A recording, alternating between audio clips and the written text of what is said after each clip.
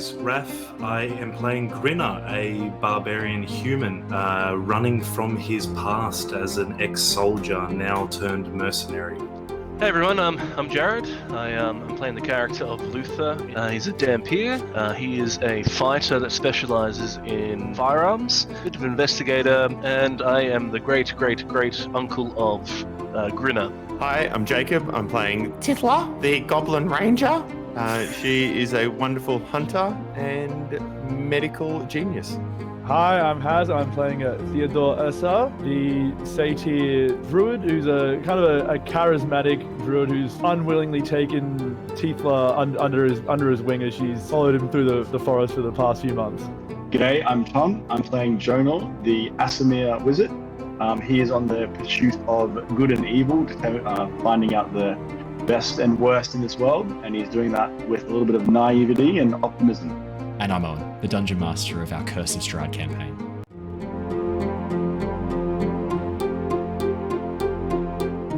Hello! Hey! Hello, everybody! Welcome to the Lost Archives. Thank you for joining us for our Curse of Strahd campaign. We're all excited, raring and ready to go for episode 2. Thank you everybody who's been watching episode 0, the session 0, and episode 1 on YouTube. Massively grateful for all your support checking those out. Thank you so much. Obviously we're big fans of you coming and checking us out live, but I understand that Australian time is not conducive to the entire world, so if you are listening to us recorded or on YouTube, thanks so much. We really appreciate it. Now for those of you, I'll get this one out of the way nice and quickly. For those of you who are listening, you probably can hear my voice sounds a little bit rough. I've been pretty sick the last sort of 4 or 5 days or so. I'm mostly better today. I do find that when I talk for long periods of time, my voice starts to fail on me, which might be a problem because I am now about to talk for almost a solid 2 hours in different character voices. So bear with me if my voice starts to fail. I'll do my best to get through as much of the stream as possible. But if some of the voices aren't up to their normal high quality tonight, I apologize in advance for that. I'm mostly better, so I just wanted to. I've drunk lots of lemon and honey. I'm now drinking a beer because everyone knows beer makes you feel better. So hopefully I'm ready to go after that. Exactly, just smash one out. I think that was all the announcements I've got to make. We've got the whole cast here tonight, so we've got no apologies, no one missing. Has anyone else got any fun news to share from the week? Any fun D&D stories? Maybe if you've got a fun RPG story that you want to share. I do like to start the session with a little fun D&D story. No, I wasn't ready for this level of improv and spontaneity. My apologies. Yeah, you're right. Yeah, I should have given you more warning about a live D&D stream about how much spontaneity would be required from you. You're right. That's on me.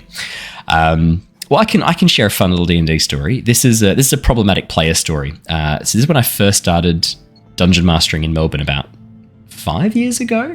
I think this might have been before I met you, Jared. So I'd only played 3 or 4 sessions of D&D, and I just started to do dungeon mastering. It was my second time ever dungeon mastering, and like the absolute masochist I am, it was an entirely homebrew world, an entirely homebrew adventure for my very first time dungeon mastering, and I only knew 2 of the players, and it was at this Japanese restaurant. The top floor was converted into a games room for D&D and RPGs every, I think it was Tuesday night or Monday night, and you got cheap Japanese food, so absolute win-win for everybody. And this person, their character, constantly would seek coffee, and it was a fantasy world, and I at no point expressed that coffee was a thing. And so every time they met an NPC, they would genuinely ask them whether or not they had coffee on them. And I got to the point where I was like I know you've got this as kind of like a character quirk, but if it's the only thing you ever do, it's not a quirk, it's now your entire character is now this obsession with coffee. And so I tried to throw them a bone with this thing about this halfling brew. Bad fucking idea. They derailed the entire campaign and then got themselves killed trying to get to this halfling brew, which I just kind of threw them a bit of a bone for. And they ended up attacking another party member, and the party just turned on them and killed them. I think that was the players outing their frustration more than the characters in that situation. But I learned a valuable lesson about D&D, which is run a session 0 and get to know your people and explain your expectations before you start a session. I learned a very valuable lesson that night. So yeah, that's my fun story. Alrighty, let's do a quick recap, get us all into the mood for Curse of Strahd, and then we will jump straight back in. My voice is already failing. This isn't good. We're not even 10 minutes in. The Tempest Adventuring Guild. a name now legendary across the world of Nostea, has just recruited some new members for a specialised team. Jonor the Wizard, Tithla the Ranger, Luther the Fighter, Grinner the Barbarian, and Theodore the Druid have all signed on with the guild to investigate a puzzling mystery. The long-ruined town of Dowbridge is now the site of several disappearances, including 2 full adventuring parties. After speaking with Delgan, a member of one of the vanished groups who managed to escape a similar fate, the party have learned of a manor house appearing out of the mists only at night in the centre of the town. Taking horse and cart to the ruins of Dowbridge, the team began to investigate, but with the light failing fast and night approaching, they were able to gather few concrete clues as to the whereabouts of the missing adventurers. With nightfall came the wisps of mist, rising as if from the ground itself, mist that Jonor was able to identify as being magical in origin. Appearing suddenly within an empty space, a 3-story manor house manifested in amongst the mist, warm yellow light spilling from the windows like a lighthouse across a dark sea. As the mists grew ever higher, fear began to grow in the minds of some of the party, and soon Theodore and Jonor found themselves sprinting to the manor to shelter from the mists. Inside, they collapsed into 2 plush leather sofas in front of a crackling fire, enjoying a nice glass of red wine decanted and ready on a side table.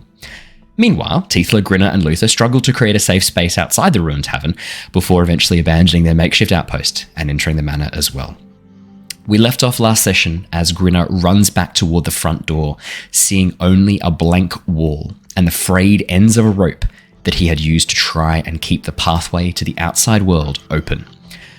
Grinner, as you move back into this entrance hall, the door is gone. It is just a blank wall, and the frayed ends of a rope, still smoking slightly, sit right at the edge of where the wall is, up against the wall where the doorway once had been.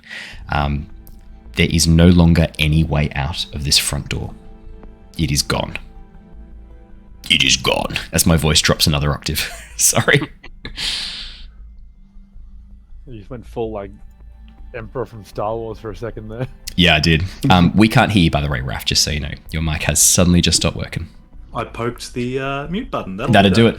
That'll do it.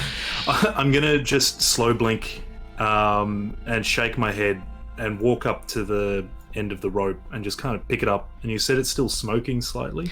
It's still smoking slightly, and as you look at it, the ends are frayed and cut as if it had been exposed to some extreme energy or heat, but there's no burning and no melting, just these thin wisps of smoke coming off the end of this frayed rope. Can I sniff it? Does it smell like what normal burning rope smells like? Yeah, as you sniff it, it's got a very acrid sort of smell, almost like ozone. I just drop it and shake my head again and come back into the room where everyone else is. We've got a problem. Tell you what, while you walk back in... I think we fucked up. While you walk back in, why don't I describe the room again just so that you can get it fresh in your minds? You can see it, an oak-panelled room that looks almost like a hunter's den, laid out. Mounted above the fireplace is a stag's head. Positioned around the outskirts of the room are those 3 stuffed wolves that I talked about, sort of sitting, mouths open, panting, almost like... actually, I would say they look more like wolfhounds than wolves. 2 padded chairs draped in animal furs face the hearth, and that's what Theodore and Jonor are currently sitting in. And there's an oak table between them that has the decanted cask of wine, the 2 goblets, although they've now filled the goblets and are drinking from them. There's also a pipe rack sitting there as well, and then hanging above a candelabrum. And you can see there's also a chandelier hanging above the cloth-covered table that's surrounded by 4 chairs over near where Luther is standing by the window. You can also see there's 2 cabinets standing against the walls, one against the eastern wall and one against the northern wall. 2 very intricately, ornately made cabinets. They look to be made of some very rich, almost like a stained oak, a very beautiful, rich colour. They look very beautiful. Are the windows still there? The windows are still there. I'm going to run over to the windows and look out. Yeah, as you look out, you see swirling mist. Peering through the windows, the mist almost breaks against the windows like a wave crashing against the shore, swirling around and filling up the space, so that now all you can see outside the windows are these swirling tendrils of white mist. For Theodore and Jonor, even though you're now starting to calm down a bit, if you happen to glance towards the windows, Some of those swirls almost look like hands reaching towards the panes of glass. You can almost imagine it in your eyes. In your mind, imagine it in your mind. These hands of mist reaching and clawing down, then dissipating into nothing against the window. Shudder and rapidly turn back to my drink. Yes. Very fair. Yeah, he's going to grab his drink and just sit on the couch and divert it away from the outside. Luther, the second that the mansion shuddered and Grinner ran back to the door and swore, you see movement coming from near the front door, because you could sort of vaguely see where this rope was. You see vague movement as if something is being pulled away rapidly into the mist, and the mist sort of swirls and follows it for a few seconds. Okay. That's cool. Did it look like a figure or anything like that, or...? Not so much a figure that you saw. Do you want to make me a perception check and we'll see how much you were able to see? I'd say perception or investigation, your choice. Because you were specifically standing at the window trying to look out, so let's see what 17. You can see. 17. No, that's pretty good. No figure. What you saw was the rope suddenly and rapidly moving away, being as if pulled with immense force, or maybe under tension had snapped and has, yeah. But as you look out now, Luther, you can't even see the ground. The mist is so thick. So it's basically just mist. It's just mist, these swirling tendrils and spirals of this white mist. Condensation clinging to the rims of the window and the panes of glass, where the mist is coalescing. Are these windows that can be opened? No, none of these have latches or hooks. They're just panes of glass set into a wrought iron window pane. And from memory, there was like because Grinner threw a rock through one. And there was a section that had broken. You watched that before, seal back up again. Yeah, just before the house shuddered. Is the glass still there on the ground underneath the table? Oh. Is there glass still there? Shattered glass, yeah. Yes, it is, Jonor. Yes, it is.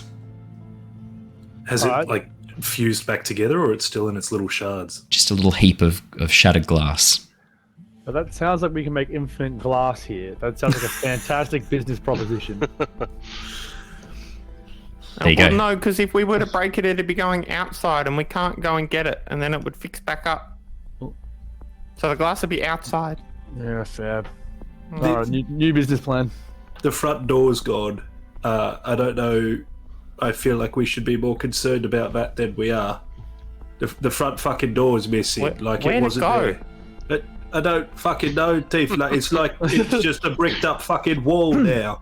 So is there a hole where the door was, or the door, there's no doorway? I'm just gonna pick Tithla up and take her out and I'm gonna follow along as well. Yeah, why not? Where is Grinner? I can't Leaving the glass. Leaving the glass. The goblet, fair. yeah. I brought mine. Yeah, as you guys all walk around to the front, so you pass through the open stairway, the wide hall, with the sweeping red marble staircase, and as you walk through the doors towards the south and begin looking towards the entrance hall, you guys look like you're lost. Do you want me to just move you there? There you go, guys. Yeah. There you go. I could not see that at all. Sorry. There you go. What I might do to make life easy is, because you're leaving these doors open at this point, I'm assuming I will any doors that you've left open, I'll move off so that you can see. Yeah, I didn't know that was There's no wall. There's no door anymore. There is just a solid brick wall, as if no door had ever been there before. I put my hand on it and try to inspect it for any imperfections. Clearly something magical going on there. So any arcana, remnants. Jonor, that is going to be an arcana check. It sounds like. Can I give him the help action? Yes. And I'll be getting my magnifier glass out, looking at things, noticing little etching, little markings, and pointing them out to him to explain why I'm helping him. 11 and 21, because it's with help. We'll take the 21. Oh, Jonor, so 21. I'm so happy I said that just before he rolled. Yeah. Jonor, as you look, this wall was made around the same time as the rest of the manor. It matches the rest of the bricks. This hasn't suddenly been teleported in. There's no residual traces of magic. In fact, this just looks like a normal brick wall, as if there was never any door here. And as you Doesn't look over it feel and Luther fun. begins looking at stuff, there's no residual traces of magic. If anything, Jonor, with a 21, you get the sense that what you walked through to get in here was something magical. That has now gone and reverted back to its original state. Okay, guys. What has happened? There was never a door here just to begin with. What we walked through wasn't never here. It was a portal door, and now the portal door is gone, and we've just got the bricks remaining. Does that make sense? So, like a normal fucking door. And Yeah. houses usually have doors. Is that not the standard way that houses operate? Mr. Jonor, with your academics and smarts? Yeah. Well, Have you ever been in a house with no door? Ooh. Usually they do have doors, so you got a fair point. But I think this house is kind of magical. There's something unusual going on, so it makes sense that there's a portal door. So, what pointing we're out basically saying is that this is a trap.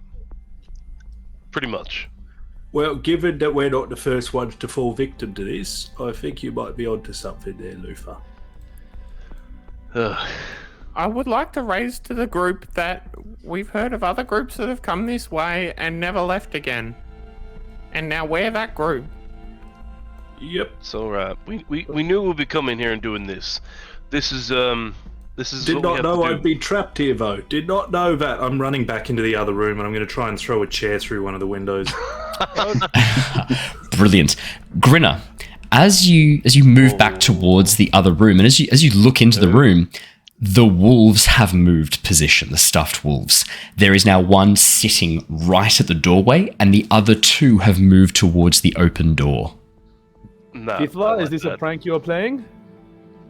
Oh, what? Let me come in. What are you talking about? Is this the owlbears all over again? I didn't do anything. We had a long discussion about this. No more pretending to be animals. You know what? You're not in a position to lecture at the moment. I'm scared. Well, you said we were going to stick together, and now here we are stuck in some weird house that you ran off into. Yes, and it had lovely wine that we are now running out of, which I think we should all be more concerned about. Okay, but in summary, no, I didn't move the wolves. I would be giggling if I'd moved the wolves. You know that. This is a fair point. Can I just go up and just poke right on the snout? Yeah? You want to boop the one snoot? that's in the doorway? Yeah, boop the snoot. Yeah, I'm not going to make you roll an animal handling check because it's not an animal, it's a stuffed wolf. You boop the snoot, rocks a little bit, and then rocks forward again. And I'm then, going to tip it over. yeah, it tips over, falls on the ground. You What know, the fuck is going on? So, obviously, there's like technically 6 wolves in this. No, room right there's now, I but can't imagine- move the black ones Yeah, because I of the figured map. that's So how- ignore I those. think Just look at that's the how white it ones. Yeah, I figured that's what it was. I was just quickly clarifying. I think there could be more magic going on here. I'm gonna just channel a bit more detect magic, if that's okay. And I want to sit in a nice spot away from those walls. I'm gonna sit in that chair again. And then he goes to look at those wolves if they've moved, and it's like, I'm gonna just stay out here actually.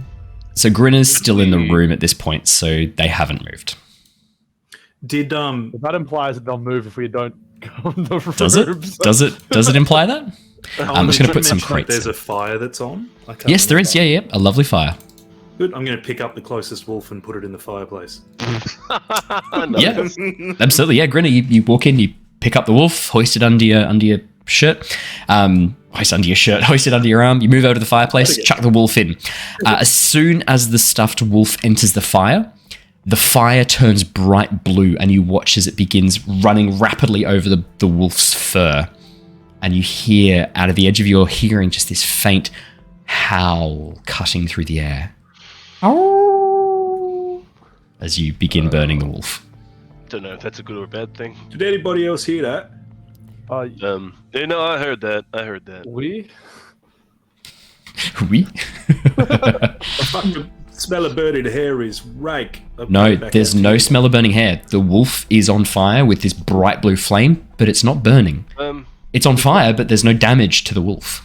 It is not just so it's not a dire wolf, it's a fire wolf. It's a fire wolf. That's it. That's a fire wolf. I reckon we all exit the room close the door and see what happens. We'll open it back up. I think that's a good idea. I don't like being in it. Yeah, it's probably got to be a weeping angel. That's with wolves. I'm not going to be Yeah, scared. right. I don't want. Who would that was my first guys? thought. You know me better than that. As if yeah, that's exactly what I'm doing. You guys close the door. From underneath the door, those of you who have a passive perception of more than 14, you can see this flickering blue light getting closer to the doorway. Oh shit! I point that out to everyone because obviously not everyone will have that. I have it too. So we can all see that. We can all see that blue light, right? That wolf is. Yeah, that wolf is moving. Can I look through the keyhole? Yeah. As you bend down to look, there's no keyhole. This door doesn't have a key. It's not lockable. All right. Can I look under the door? Yeah, you like press your face down. You can see 2 paws up against the door, like right up against the door. Tithla's going to step back and pull out her bow and aim at the door. Okay. Just ready. I think we should stay here for at least maybe a minute and just see what happens. Because if they can't get through the door, then it's not a big deal. But what if they can get through the door and it's when we're not here, and then they'll get us from behind in a different place when we're not expecting them? I think that Tithla might be onto something there. What if we explore a little bit, find another room, and just make sure that one of us has eyes on this door at all times, and then quickly run to that room and see if the door opens out here? Maybe we could also get a chair and sort of wedge it in, sort of closing them in. The door does open outwards into the room that you're currently in, so that would work. You could bar the door from this side. Yes, you definitely could. Wolves don't usually have hands to open doors. That's very true. Well, as a druid, you would know that. Wolves do like opposable thumbs. But my cat can open the doors that have the lever, so... Yeah, but cats are arseholes. These are circular door also- knobs. It's also true that stuffed wolves don't move. So That's true. He's got They a point there also do, too. So I'm gonna get my. Oh, sorry. Right. I was gonna just get my rope tied around the door, the handle, and I'm just gonna pull it open. Yeah, as you pull the door open slowly, you can see that there is one wolf right up against the door, not on fire. One of the wolves is back from the fireplace on fire with this ghostly blue flame that is slowly starting to go out, and then the other wolf has moved up towards the table and chairs and is moving towards the door as well, but they're just as if they've been positioned, as if someone's really quickly run in and moved them. So Grinner, you've actually already sort of touched the wolves. Would you be willing to displace this one at the front here? yes, I'll do that. I'm gonna pick it up and put it in the fireplace too. Okay. Okay. You never know. Yeah, Grinner, Maybe you try and put a dagger into it? I don't got nothing like that. There's some broken glass over by the table. Yeah, Would you good. like I me get the to broken try that? glass and I shove the broken glass into its eye. so the eye is glass. So as you go to shove the glass in, it doesn't pierce through the glass, but you get a bit of broken glass and push it underneath this marble eye, this glass eye. I'm trying to pop the eye out. Oh, okay, yeah. Well, that Broken glass. doesn't take much strength to do that. You're quite strong. So yeah, you pop out one of the eyes. Right, they can't get us if they can't see us. I'm going to start taking the eyes out of all of the wolves. Or we Yeah. take the legs off. I mean, yeah. A sausage wolf cannot come to get us All right. unless So it while rolls very quickly. they're Doing that. dismembering the wolves, Yeah. I'm gonna grab one of these chairs. Yep. I'm gonna bring it out here just to Yep. prop it up against the door when we do close it. Yep. You've put are they there? Are they cabinets? The crates aren't there, but there are two. They ignore the crates, but there are two big cabinets. One at the north wall, one at the east wall. Very ornately made with. You haven't looked at them yet. You guys haven't explored them at all. Okay. I tiptoe in and get the remainder from the carafe of wine and Yeah. Waste not, want not. Theodore, as you go to check the carafe of wine, it's refilled. It's full again. oh yeah, grab I'm not that. touching that. You can add a carafe of wine in quotation marks to your inventory. Very good. Will Alright, do. so before we leave this room, I will do a quick look at this one. Absolutely, yes. Yeah. So as you head towards the north wall and having a bit of a look through the cabinet, could you immediately see it is locked? It has been locked, and the little latch in place is very hard to open. Do you want to try and make me perfect? Do you want to try and make me a thieves tool check? So the way we do ability checks is you can use dexterity if you want. Otherwise, you could use a different type of ability check, and you just tell me which one you'd like to use. I will go sleight of hand. I think that makes sense. Yeah, easy peasy. 13. Hopefully. 13. Yeah, as you have a bit of a look and start going through trying to unlock, you're struggling. This lock's a decent lock. You sort of have a bit of a play around, and then just as you're starting to give up, suddenly the door just opens wide. Inside. Was that by me? Was that by just quickly? Was that You're not sure. Like Okay. you were really struggling, and then all of a sudden, it's just opened up. Inside, you can see there are an assortment of wine glasses, very similar to the ones that Theodore and Jonor are holding, filled with wine. These ones are empty, and the cup is facing down. And there's also a small box that is open that contains a deck of playing cards. Does anyone want these?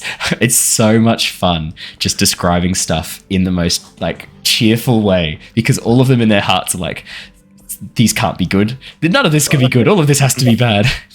They've got no idea. This is so much fun. Wine. Yeah, we can actually. Wine. It's so easy to get you guys upset. I love it. Dangerous at all. The wine's completely fine. The wine's completely fine.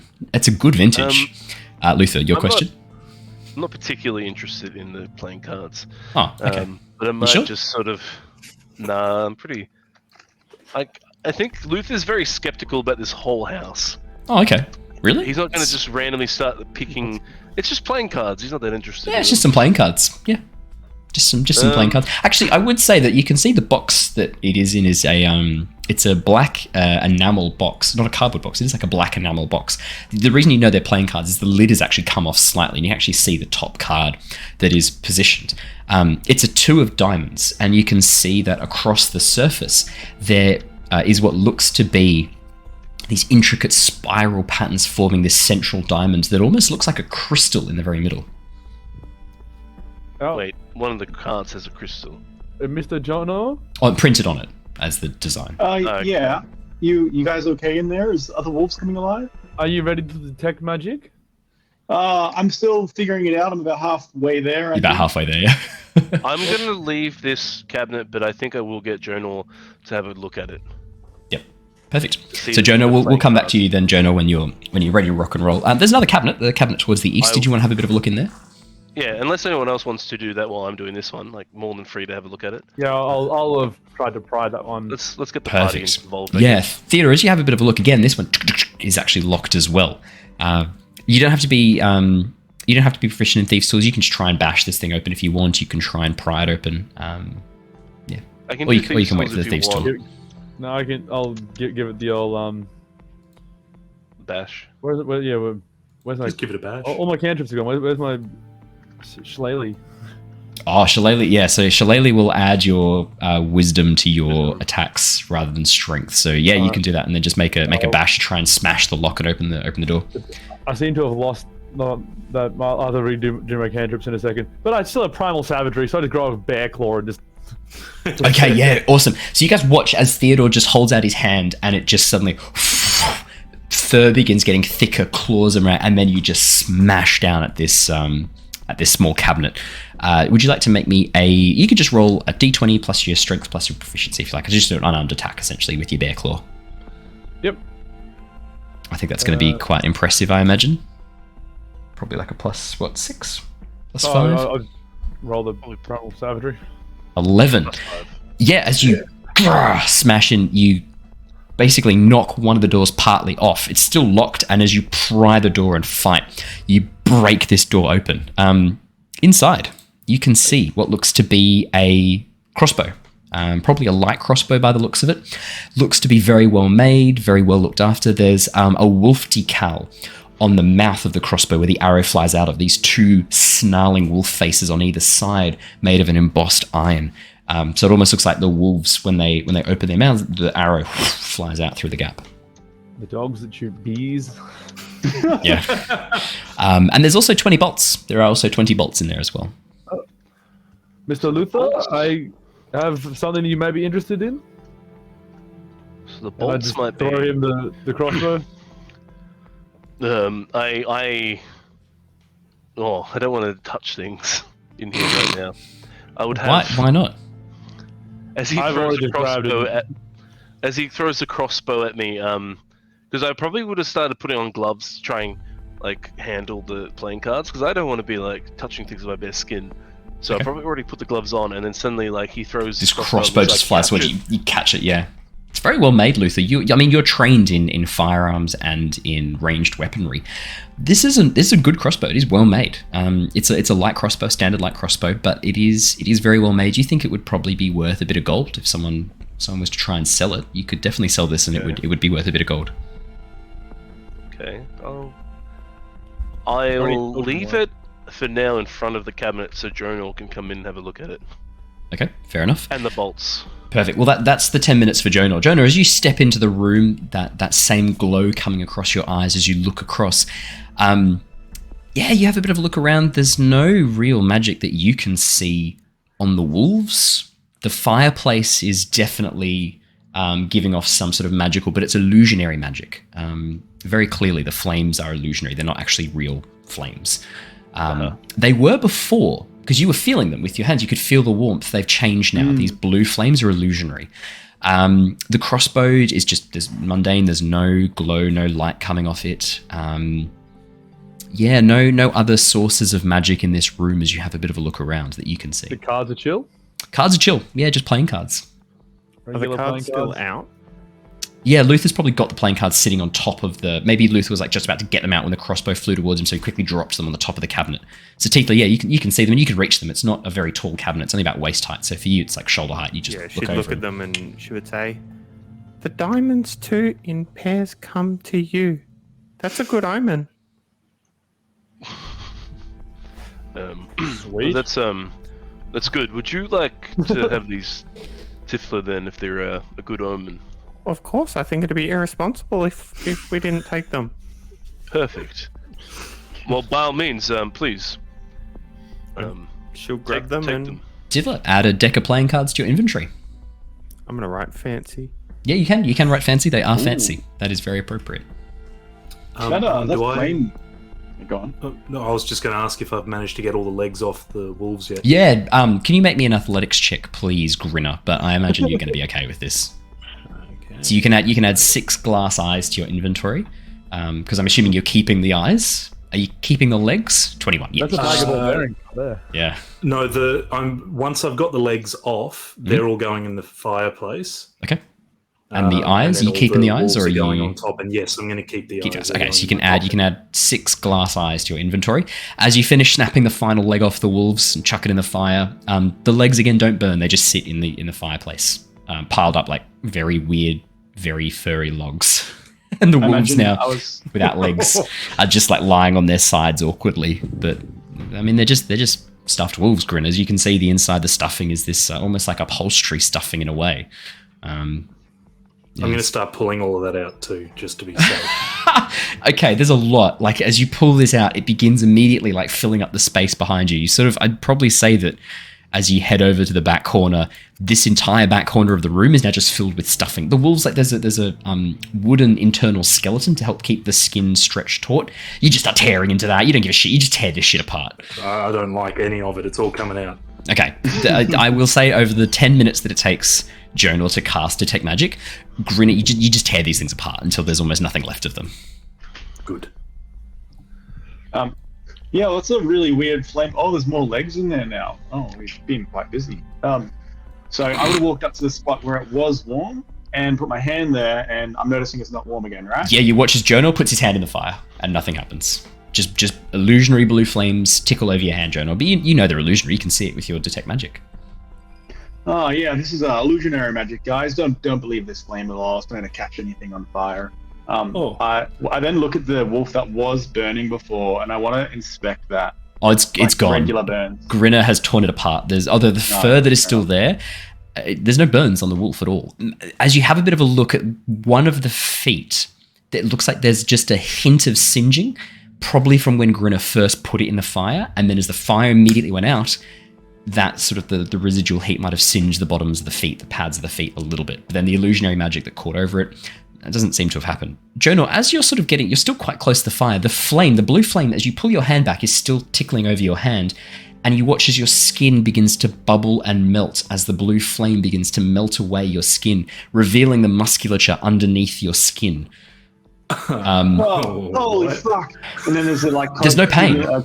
There's no pain. Well, there's a lot of shock there. Like, what the fuck's going on with my arm here? Jonor, you've got Detect Magic up. You can see the illusionary magic spreading across your hand as you look at this, and you can kind of see through it. It's not real for you. It's semi-transparent with your Detect Magic. The rest of you can see Jonor's hand is on fire. It's melting slowly. He is not reacting in the slightest. Ground and start trying to pat it out.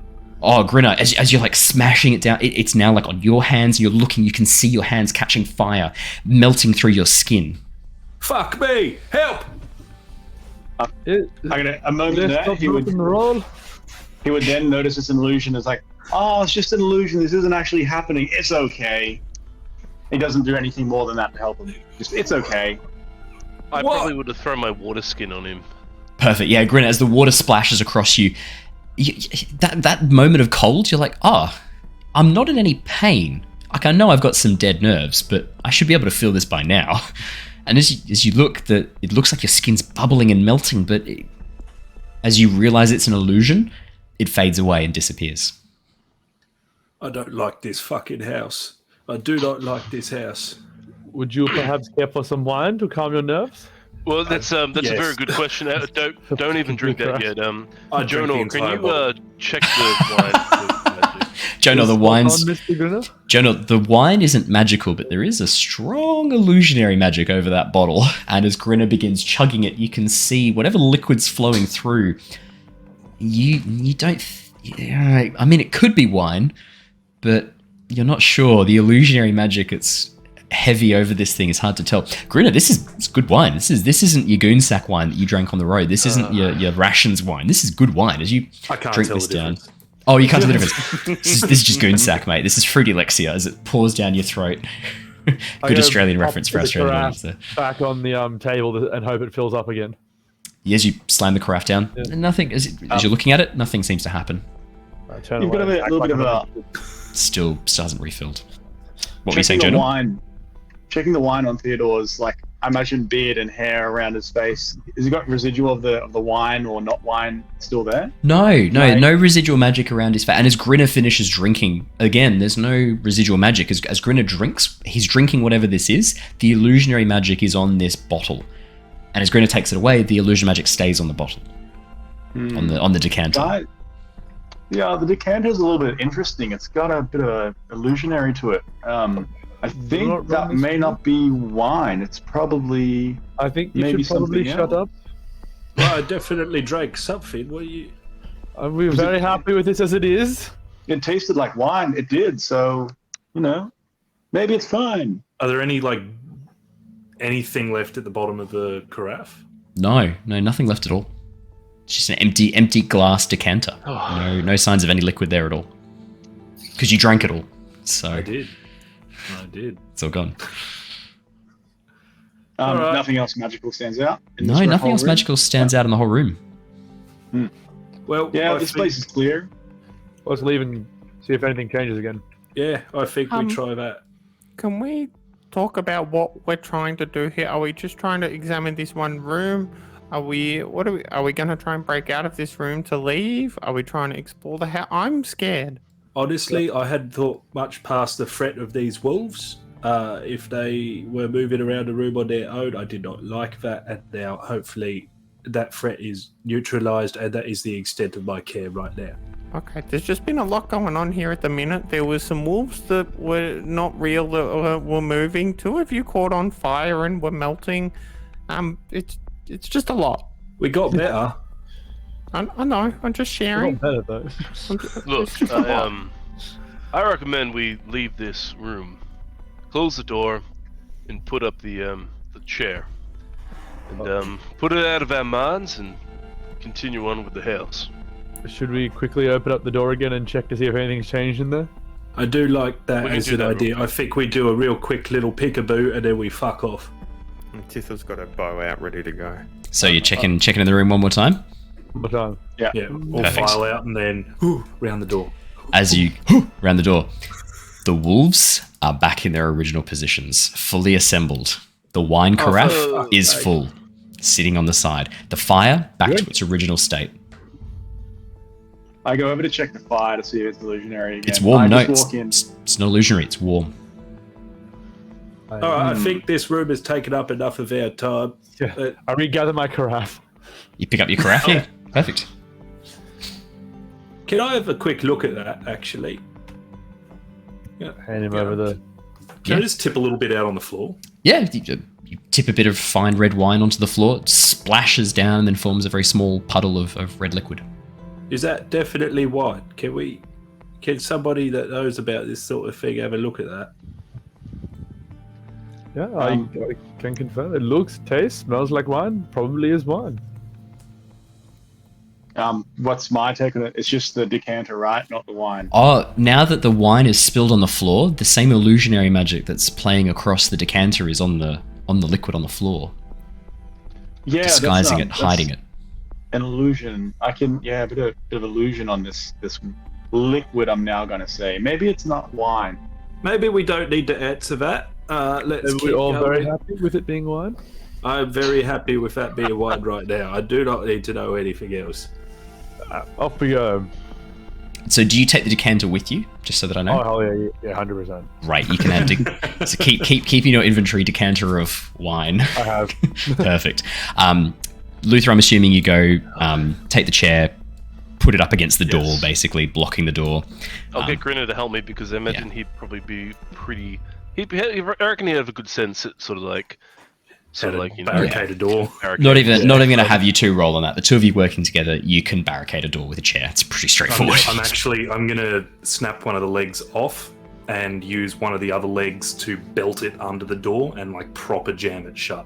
Okay, yeah, absolutely. It does mean that the chair's not quite as stable, but you've now got a leg acting as a pivot and as a wedge that the door can't open into. So yeah, that door is sealed for all intents and purposes. Okay, that's cool.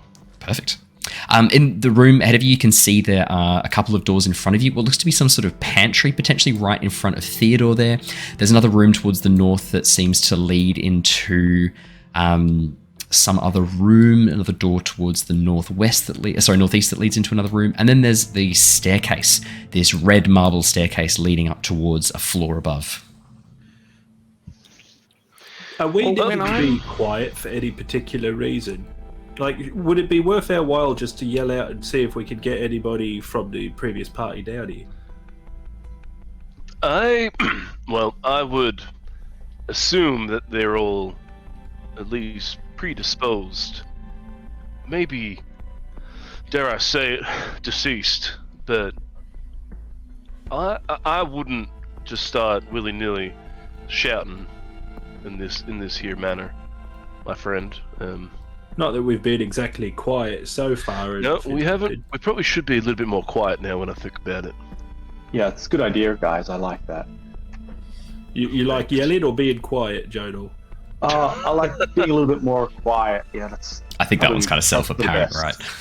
I've got a -1 to intelligence. that's just slightly below average then. 10's average, 0's average. Anything below a 6 is like, that's problematic.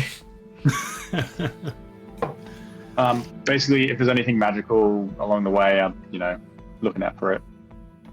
Absolutely. So just to check, are we trying to clear the house, or are we just trying to find a way out? I would like just a way out at this point. I don't give a fuck about our mission. Well, look, our mission. Well, let's be honest. So 5,000 gold is nothing to sniff at. That will set us up for the rest of our lives. I would suggest clearing this house. We're here to find that party. Let's keep our composure. Look at us all. Grinner, how many fights have you been in? You scared of this one? Come on now, you're telling me that you're scared. I know you. Yeah, all right. You've been far worse, my friend. I know that. This is all just playing on your mind. I just don't like being locked in, I don't like being trapped. It's alright, we'll find a way to break out of here. Just hopefully with some of the other party in tow. Anyway, so let's start going through some of these rooms. Let's be careful. not just start delving into things as I look at Jonor and Theodore with like their cask of wine or the decanter. That's fair. That's fair. Maybe don't just start drinking things and eating things willy-nilly. From here on out, let's maybe put a stop on that. Like, well, I will anyway, but rather you all not be cursed or whatever this hellhole is. I'm sorry, are we getting prefer that cursed? also. As if I'm not scared enough already. No. Yeah, she's only like 16, Saying. 17, mate. Or 18, I think you said. So, Yeah, something Grinner, like you're- that. It's Something different like in Goblin years. Yeah, it's different. Just something to be Grinner. careful of is all. All right. Well, Grinner, you usually lead the way whenever we're going somewhere dangerous. What's your intuition on this one? Do you think is it safer to go up or through these doors or the pantry? Is the pantry Yeah. a good start? look, I think you're right. I think I should be in front, having the most combat experience, and on that front, I think level by level is probably our best bet. We need to make sure that this bottom level is free of anything that might hurt us before we move upstairs. And we can do similar tricks with the chair here. Absolutely. Jonor is relieved that someone was willing to take the lead there as well. He just has a bit of like settling on him. Alright, so Grinner, what I'll do is I'll set up like sort of almost like a tactical thing with you. I'll tie like the rope to the door, yank it open, you'll be there like sort of ready to bonk whatever's on the other side. That sounds like a good plan. So I do Grinner, love a good bulking. for the for the moment, do we want to say that you've got like a table leg or something, like a chair leg, or one of the wolf legs? No. No, you're not bringing it with you? Okay, cool. That's fine. That's fine. No, all God, good. his Just let it fists. ask. I will just check really quickly what we've got as your, because I'm pretty sure last session I gave you the improvised martial weapon, improvised I've simple got a weapon. crowbar and I've got a shovel, Perfect. as far as I'm aware. Yeah, beautiful. I was just checking that I've given you improvised weapons, martial, simple, and thrown. That's perfect. We'll stick to how they are now. That's exactly what they should be. I'll just change that from. Can you give me a generic dagger equivalent as well? Yeah, that's the simple improvised weapon. That's So simple. that's basically a dagger, but you can use your strength instead. So that's fine. Awesome. All right, perfect. That's all good to go then. Yeah. So you guys, please, the room is yours. I reckon do the pantry first, just knock that one out the way. Perfect. Pantry it is. Chuck that rope on there and away we go. So I'll just do a quick yank Yep. it open and Grinner is ready to just burst into whatever it might The be. old Ah. yank and burst. I can The old do that. yank and burst. Oh, as well. Grinner, you're ready for this. Your blood is pumping as Luther comes and yanks the door open. You're there, ready, and inside's a cloakroom with a top hat sitting on a top shelf. Some nice looking suits, a few garments, all looking good in good nick, and all look quite wealthy, quite well made. In fact, Grinner, there's a coat that looks like a gentleman's long coat, not too dissimilar from your military coat, but a gentleman's long coat in black with cufflinks sitting on top as well. Oh, that's a bit ritzy. I like that. Is there a bowler's hat in there? Yeah, let's say the my top hat's a God, bowler yes. hat. Yeah, let's say the top hat's a bowler hat. Yeah, there's a bowler I'm hat. taking that. I'm taking my hat off and I'm putting the bowler hat on. Perfect. Do you swap them? Do you put your hat in the place where the Just bowler... in my bag. Oh, okay, cool. Yeah. So yeah, you put a bowler hat on. Perfect. Can you write? You can add to your inventory. Definitely not cursed bowler hat. No, I'm kidding. I'm kidding. But yeah, no, you just put a bowler hat on. You just put a bowler hat on. That's a bit Yeah. fancy. You're gonna You have look to good. change Grinner's out. You're gonna have to change his artwork now. That's right. Yeah, you're gonna fix that up now. No, I refuse. As it magically shapeshifts into a flat cap. Grinner now is wearing a very fancy bowler cap. No magic journal in this cupboard, I should say. No insignia. I don't detect anything. So I should detect it if it was one of our friends. And I probably should have Friend. asked you that before I stuck this thing on my head. But anyway, Jonor, that's a really good point. As you have a bit of a look, sort of you casting your eye over it, one of the cloaks that's hanging up, this cloak, it looks a little bit different to the other stuff, whereas most of it looks to be fairly fancy, very gentleman and lady of high society wear. This looks like a traveling cloak, and as you sort of pull it aside and have a bit of a look, there's a symbol on this cloak that you recognize. The symbol of the twin moons, one setting over the top of the other. This is one of guys. the cloaks. what you got? Guys, look at this one. Hang on, American accent. Here, check out this cloak. See, the twin setting moons, eclipsing moons. What were they? The twin moons, the adventuring party. Twin moons. I just show it around proudly. We actually Yeah. needed that insignia. I Yeah. don't need the traveling cloak so much, but I sort of. Oh, it's pull out one of my embroidered onto the daggers. back of the cloak. It's a dark green Well, that's what I was cloak. about to say. Yeah. Because like the way I sort of picture myself, Owen, with my coats and stuff, I've actually bought 4 daggers. Okay. So there's probably like a dagger, sort of like it's like Dagger 4 in the daggers boot. sort of over my body. Yeah. Yeah. So it's when I should say it's when I say embroidered, it's not like a patch. It is actually thread that is embroidered into the shape of the. So this isn't it is an insignia, but it's not like a badge or a patch that you can cut off and bring back. This is a cloak the that insignia we're looking for. not necessarily. This would provide evidence that they were here, though. So Definitely. can I still cut around the thing at least? Oh yeah, you can cut it out. So you've Like got a circular Yeah. patch of fabric that has the insignia on it. Yeah, of course you can. Absolutely. I'll take that for now. You just carve a hole in this quite well-made traveling cloak, making it useless. Yeah, it's now an arseless cloak. You carve out the. Look, I don't know if anyone actually wanted to wear this, but Not anymore. It's got his back out. Well, look, I'll be honest. Like some of those coats are better, better well made. So if there are cloaks here, does that mean that they took their cloaks off and were resting and were doing what we were doing, just hanging out? Given that last room, I don't like the idea of anything in this place. That shit could have just found its way there for no particular reason, as far as I'm concerned. What about the other? What about the other cloaks? I gotta Yeah, see if don't- there's anything written on them. No, they look to be like suit jackets, overcoats, very like the sort of dinner or dining wear that high society would have or would be going out to dinner or to events with. It's definitely not adventuring stuff. Luther, It's well made though. It looks good. Give that code over, would you, for a second? Yeah, I pass it.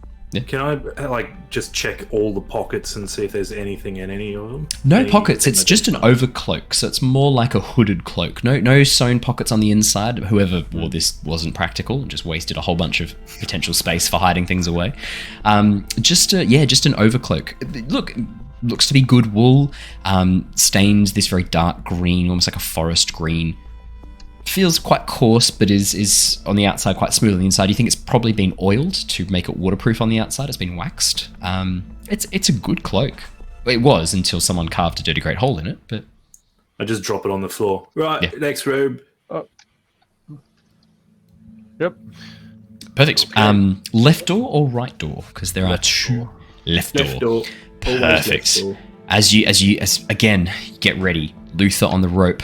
Grinner steps up, ready to charge in. You pull back the door, revealing a really nice dining room. In front of you, you can see a large table laid out with seats for 8. There looks to be a feast laid out. Crystal chandelier hanging above the table, covered with resplendent silverware, crystalware polished to a dazzling shine. You can see that there is a beautiful feast. Meat, fruit, cheeses laid out upon the table.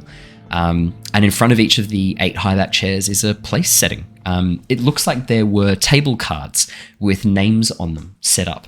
But from where you guys are... Oh, you've walked into the room. Beautiful. Yeah, as you guys move in, the name cards have your names on them.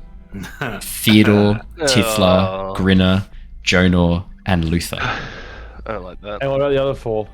The other 4 are blank. As you have a bit of a look, they don't seem to have any names on them at all. Is there food in Until those you get places? to the last one, Theodore. And as you look at the very last one, you can see it does indeed have a name on it. Fenric Sagespark. The hell is that? Would Fenric Sagespark any of the adventurers we were looking for? Who took good notes? I do have notes. Let me find out. Yep. That was the male Dragonborn fighter. Then it stands to reason that if all of our names are magically here, and his is, that he's probably still alive. That Yeah, is look, a good that could- guess. That could be potentially... Yeah, that sounds pretty good, actually. Theodore, you're sort of standing near the fireplace. As you look, you can actually see above the fireplace is a beautiful oil painting. Absolutely massive. Oh, sorry, not above the fireplace. On the other side of the room to the fireplace, at the far end where that table setting was. Massive, like 15, 20 foot long oil painting of this beautiful mountain vista. You can see a verdant green valley, a river running through the center, mountains surrounding it, and in the very middle, what looks to be a large castle made of a dark stone, rising from the landscape, overlooking a small village huddled in its shadow. The sunlight is just peeking over the tip of one of the mountains. Hard to say if the sun's rising or setting, but it's very beautiful. Take note of it. Yeah, you take note. Perfect. I would like to touch it. Grinner, as you let's not touch it, Grinner, as you touch it, you touch the oil painting. Nothing happens. You take your hands away. There's a few tiny flecks of paint on your fingers. Yeah. Now, Mr. Grinner, we should probably be careful about running off and doing wild things without consulting the group first. It's. I mean, the hypocrisy from last session about Grinner being like, well, you just ran into the bloody mansion. He's like, I'm touching this. It's just a painting, you know. There's nothing wrong with that. Can I use my magnifying glass to inspect the painting? Oh, Luther, yes, you can. Can you roll me an investigation check, please? Magnifying Yes, you glass also grants advantage on any ability check made to appraise or inspect an item that is small or highly detailed. Give that advantage. Absolutely. That's a crit. Natural 20 for 23 and 22. 19. Oh. Luther, as you look closely, I mean, the painting looks to be well made, looks to be old, but in fairly good nick. It's not until you get to the castle that anything stands out. In the high tower on the castle, silhouetted in one of the top windows, is a figure looking out, peering over the edge. And down below them, you can see two other figures.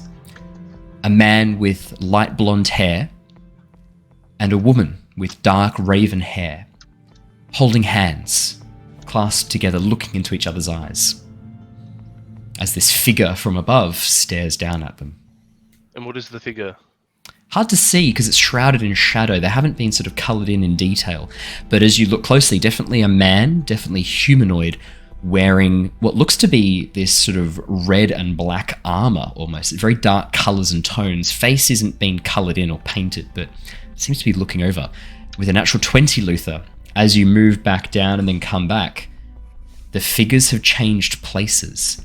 Now, standing in the tower looking down on the couple is the golden-haired man, his smile replaced with a very savage grimace.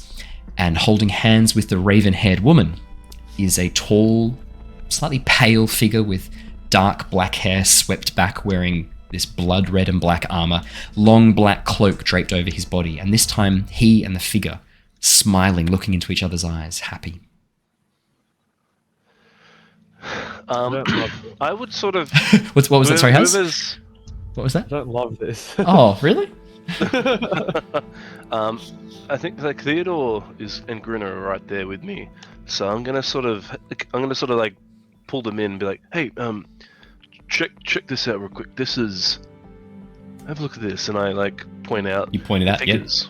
The figures have a haven't look. changed positions to their last location. This seems to be where they are now. As you point them out, you guys see what I described before. Magic? What is it? No Couple of magic, people. Jonor. The traces of maybe what was once an illusionary magic dissipates as you come and look at it. But very faint, very tiny, only where the figures were. And only where the two of the figures were, the two men. Very faint traces of what was once illusionary magic. So What, it Luther? looks like I just got to it as it faded away. Exactly. Bit of illusionary magic going on again.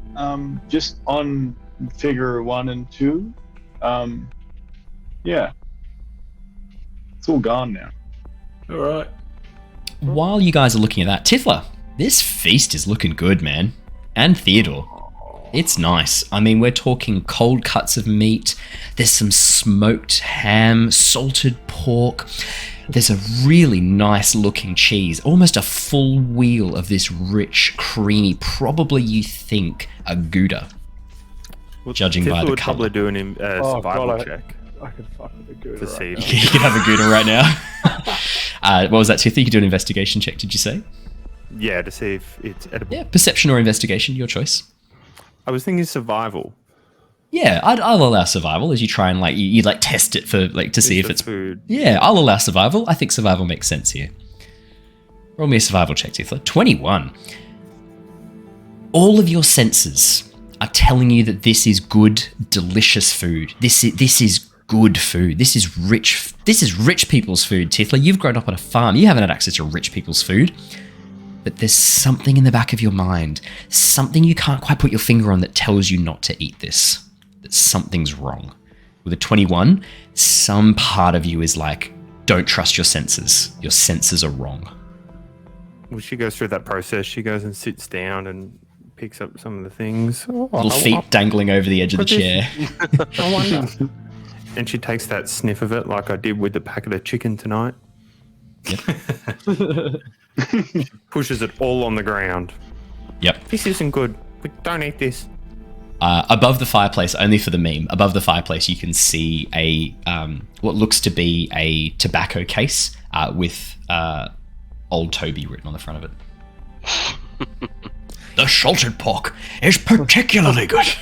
you have to do. Oh no, sorry, it's Mary who says that, not Gimli. Yeah. The salted pork is particularly good. There you go. The salted pork. Salted pork. You young hobbits, how many have you? No, we're not doing the whole Lord of the Rings. I've already done that today. Not today. When I was sick over the weekend, I watched the entire extended edition of Lord of the Rings with Alice. It's not surprising that I can quote the whole thing off by heart. Alice almost can too. Fucking marrying that woman. Boom. Did you know? Yeah. In the second one, when Aragorn kicks that helmet. What? Yes, he breaks his toe. Yeah, everyone knows that. All right. What? Alrighty. Jonor, is there anything wrong with this food, or is Tithla just being a little shit? Yeah, there's nothing wrong with it. The only Grinner, if we're going to have to work together, you're going to have to stop calling me a little shit. I know I'm little, and I know that I can give people the shit sometimes, but we're on the same team, and it's all well-meaning, okay? Grinner, he didn't do anything. She didn't do anything wrong. Sorry, she didn't do anything wrong. It's she thought there's something wrong with the food, but I don't actually see anything wrong with the food as my gold lens reappears in my eyes to detect. I don't know if there's anything wrong though. He doesn't detect any magic with the food? No, the food, no magic that you can see, Jonor. See, this is what I'm talking about. She's just throwing it on the ground for no reason. Yes, maybe I went a little far with the little shit comment, but that's okay. I forgive you. I didn't apologise. Look, You to be fair, she is usually pretty intuitive. We're on the same page here, right? We saw all those wolves doing weird shit. Why are we even talking about if this food is definitely bad? There's a very fair point, Mr. Luther. Let's get out of this dining room and go find that Mr. As you guys go to leave, there is something else that you notice. All of you will notice. It's the name badges have changed once again. No longer does it say your names. Now that you can see them, it's sort of whatever this magic is, it's kind of worn off a little bit. Instead, now there are a couple of names. Sitting at the head of the table is the name, let me just find this, Gustav Durst. On his right-hand side is Elizabeth Durst. On the left-hand side are the two smaller ones written Rose and Thorn, no last name. And then you can also see down the far end, it looks like there is another name, Michael Durst, the far end of the table. And are these just on paper? That's just on paper placards laid out to almost like a table setting to let people know that is where they sit. And did our history knowledge of the town, we knew of this family already, did it ever mention a Michael Durst? No, it's the first time you've heard Michael Durst. No, I haven't heard any of that in the journal, nothing. No, Did we get descriptions that's of new. The Durst family? Only vague ones. You know that Gustav and Elizabeth, the parents and the patriarch and matriarch of the Durst family, were in their late 40s, early 50s. You know that 2 kids were roughly 8, maybe-ish, 6 to 8 years old. And then you also know that there was a young nanny looking after the 2 children, whose name I think you did get from last time was Margaret. And she would have been in her late 20s. Okay, no mysterious Michael. No, never Don't had a Michael suppose Durst before. do we know the hair colour of any of this lot? Does that match anything in that painting over there? I don't know if I have any pictures of them. No, you guys don't know what they look like yet. No. Yeah. Sorry, can't help you there, Grinner. Don't actually have any pictures or anything of them. All right, Just well, a description, sort of. I think we should be making some haste. I do not like that there's only one of those previous adventurers left. Perhaps we should I think the same way. Let's get going. scurry on and try and find this Just man. one quick thing with the painting. When they were in the tower, up in the tower, was it a smile or a snare? A snare, like The first one, the face was hidden in darkness, the dark-haired man, so it was Yep. hard to see what his expression was. The swapped positions, now the blonde-haired man, the golden-haired man in the tower, it's a pained grimace, almost, and with your natural 20, Luther, it is a malevolent expression. It is an expression of dark ill will, this almost like a rictus grin of, ill will. It's not a smile of happiness. Yeah. okay. Right. Alrighty. Did you guys want to head along. upstairs? Well, these rooms over here, right? Oh yeah, perfect. Yeah, Theodore, as you open the door, fantastic. Yep. You open the door. Inside, you can see what looks to be. I may as well open both of these for you. Hey, as you look inside, you can see what looks to be a very well-stocked pantry. Is that a toilet? No, that's a wash basin. As you look in, you can see the kitchen looks tidy, dishware, cookware, utensils neatly placed away on shelves. A work table has a cutting board and rolling pin atop it. You can actually see that it looks like there was a pie being assembled at the time that people left or something happened. There's actually the bottom section of a pastry. The filling is still sitting in a pot steaming on the hot stove, and you can see that someone has started to roll out the top of the pastry, but didn't quite get it finished. You can also see in the top corner of the wall what looks to be a stone dome-shaped oven, bent iron stovepipe connecting to a hole in the ceiling. And then you can see... Yeah, and then through that door is the pantry itself with the food, with the food and ingredients laid out. Lots of baking requirements, things like flour, sugar. You can see there's a row of eggs in a bucket. Yeah, I mean, it all appears fresh and well preserved. There's some jams and preserves. Position. It looks well-stocked I go pantry. and report that to the team. It appears there is nothing in there, but the kitchen and pantry is nothing untoward in there. In that pot, it's boiling on the stove, is it? Not boiling. The stove's off. It's just a pot of what looks to be like an apple filling. Apple, cinnamon, nutmeg, and cloves. The smell rising from this pot. It looks like someone just turned the stove off or just put the stove out, and it's just sitting there cooling, ready to go in the pie. So it's quite hot still. Steaming very slightly. Probably not boiling, but would be warm, yeah. No, I don't want that. Okay. I'll head back out. Okay. You were looking for like a hot pan to like hit people with, right? I was going to toss the contents on whatever we came across, but yeah. Okay. It's not boiling sugar. Alrighty. Can I move you guys up the stairs? Yes, you can. Yeah, I'll take lead and off we go. Or I accidentally moved the chair. Alright, stop moving your tokens and I'll move you guys upstairs. There you go. Me and my 7 HP shouldn't take point. That's okay. No. As you head upstairs, you can see lit oil lamps are mounted on the walls of this hallway. Hanging above the mantelpiece is a wood-framed portrait of a family. You can see there are an older gentleman and woman, probably in their late 40s, early 50s, standing in the center of the painting. The woman has like her arm on the shoulder of the man, and then standing in front of them, 2 children. Both look young. One girl, one boy, both under 10, and cradled in the father's arms is a baby that is swaddled in a light sort of baby blue kind of color blanket, swaddling the child. There's 3 children. 3 children. Wait.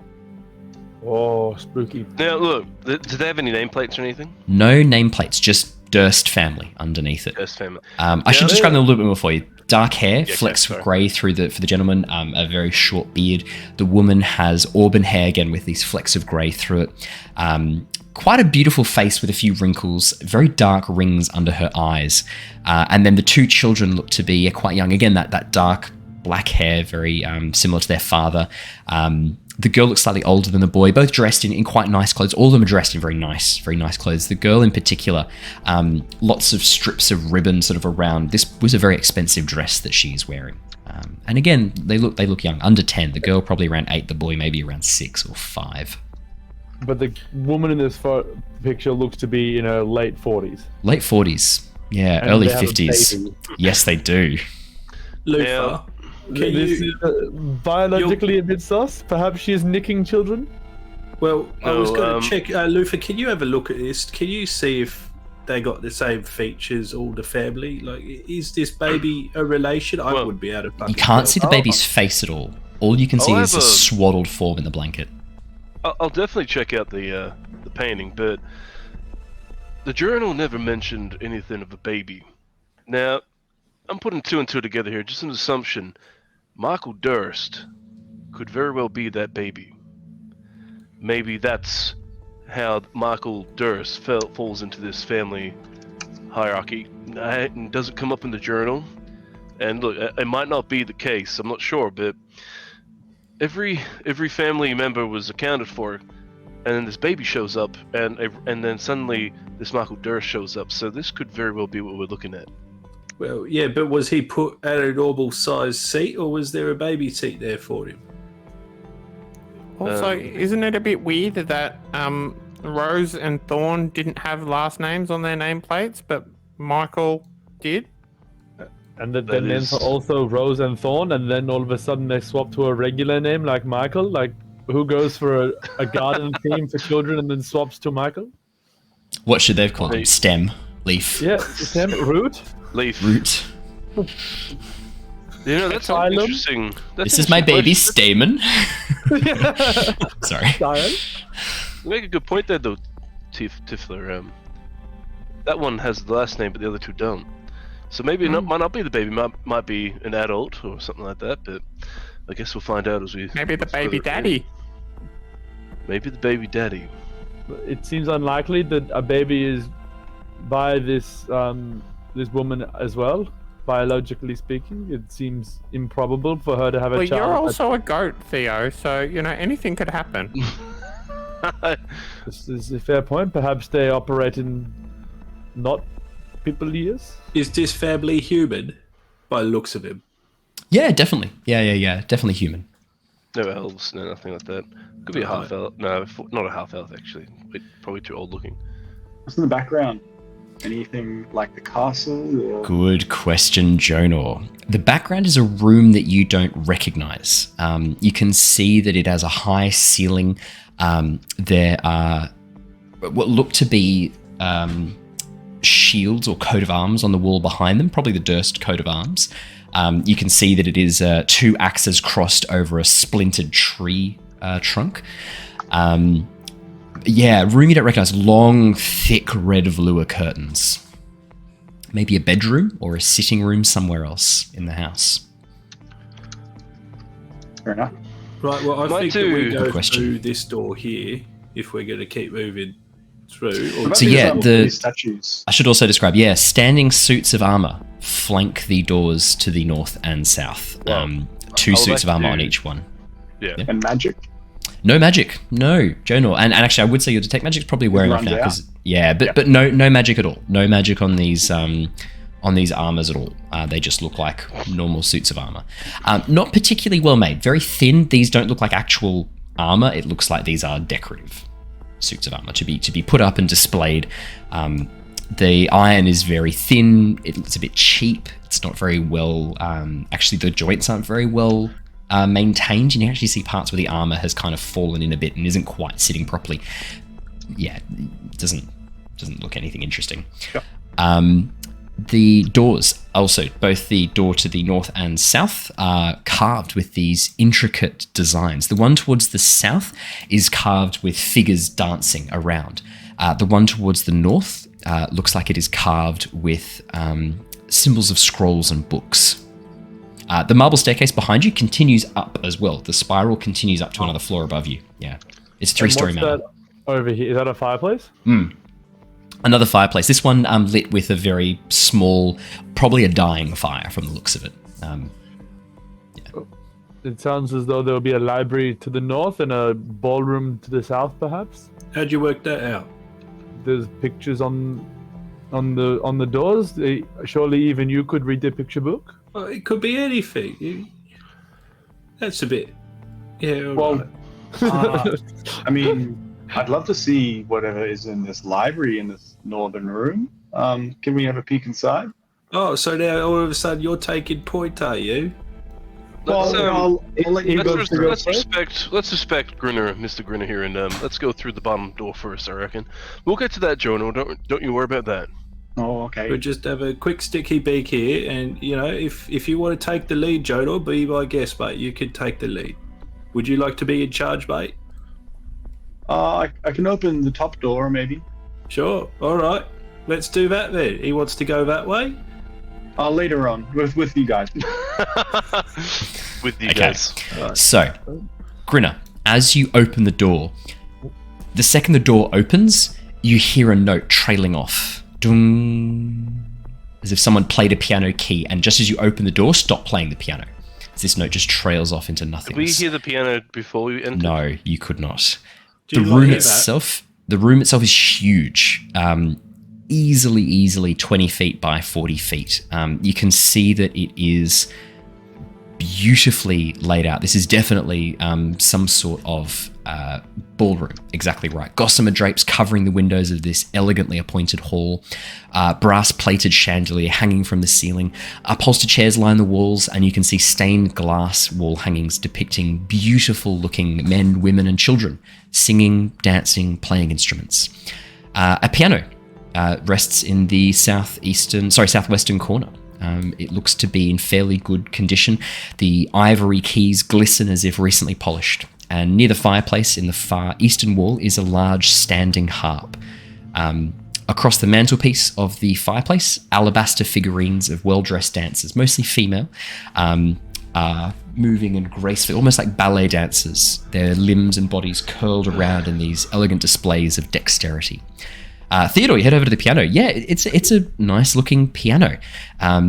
Polished, dark wood outer casing, the ivory keys, looking well maintained and well played. And you can see there is some sheet music still in position.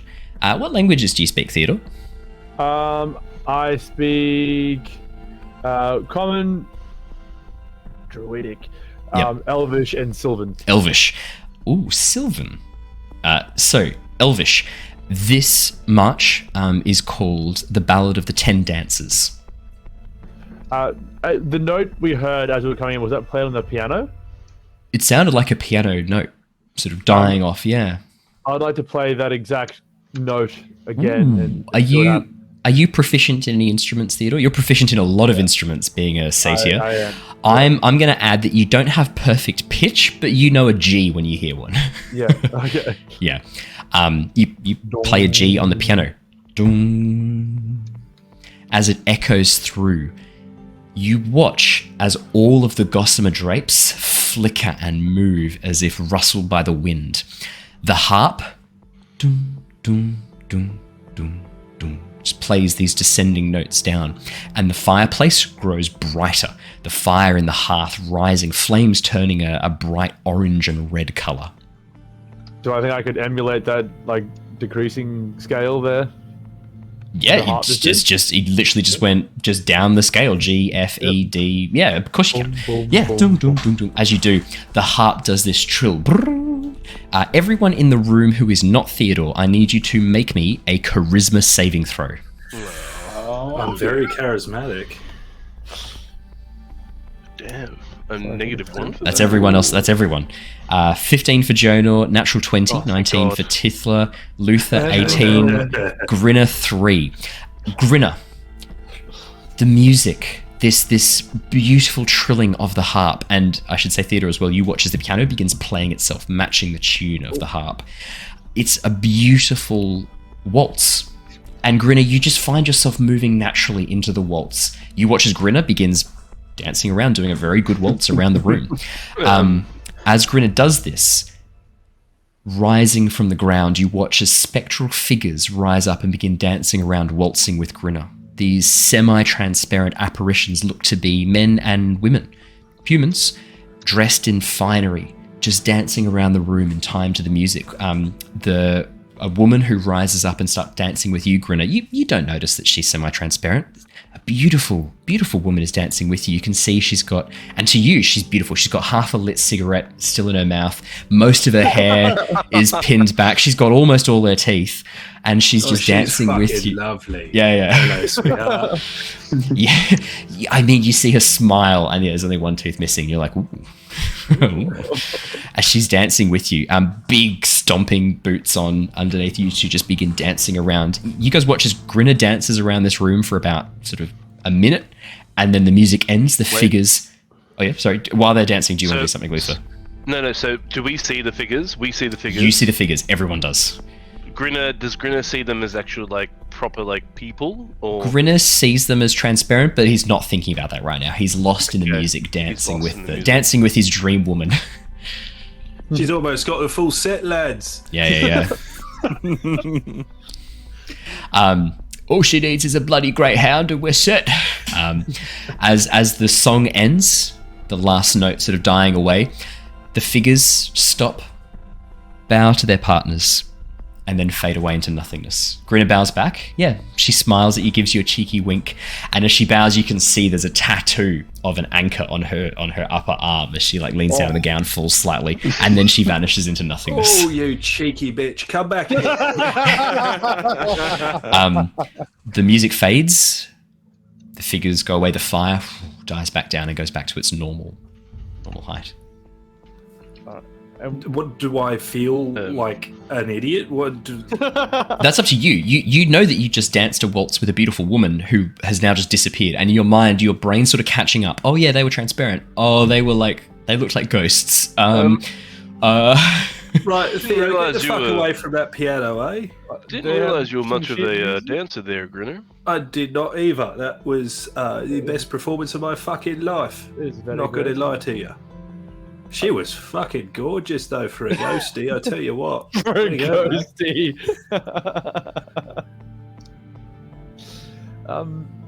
So the music that it played out, was that the sheet music that was on there? Yeah, it was the sheet music.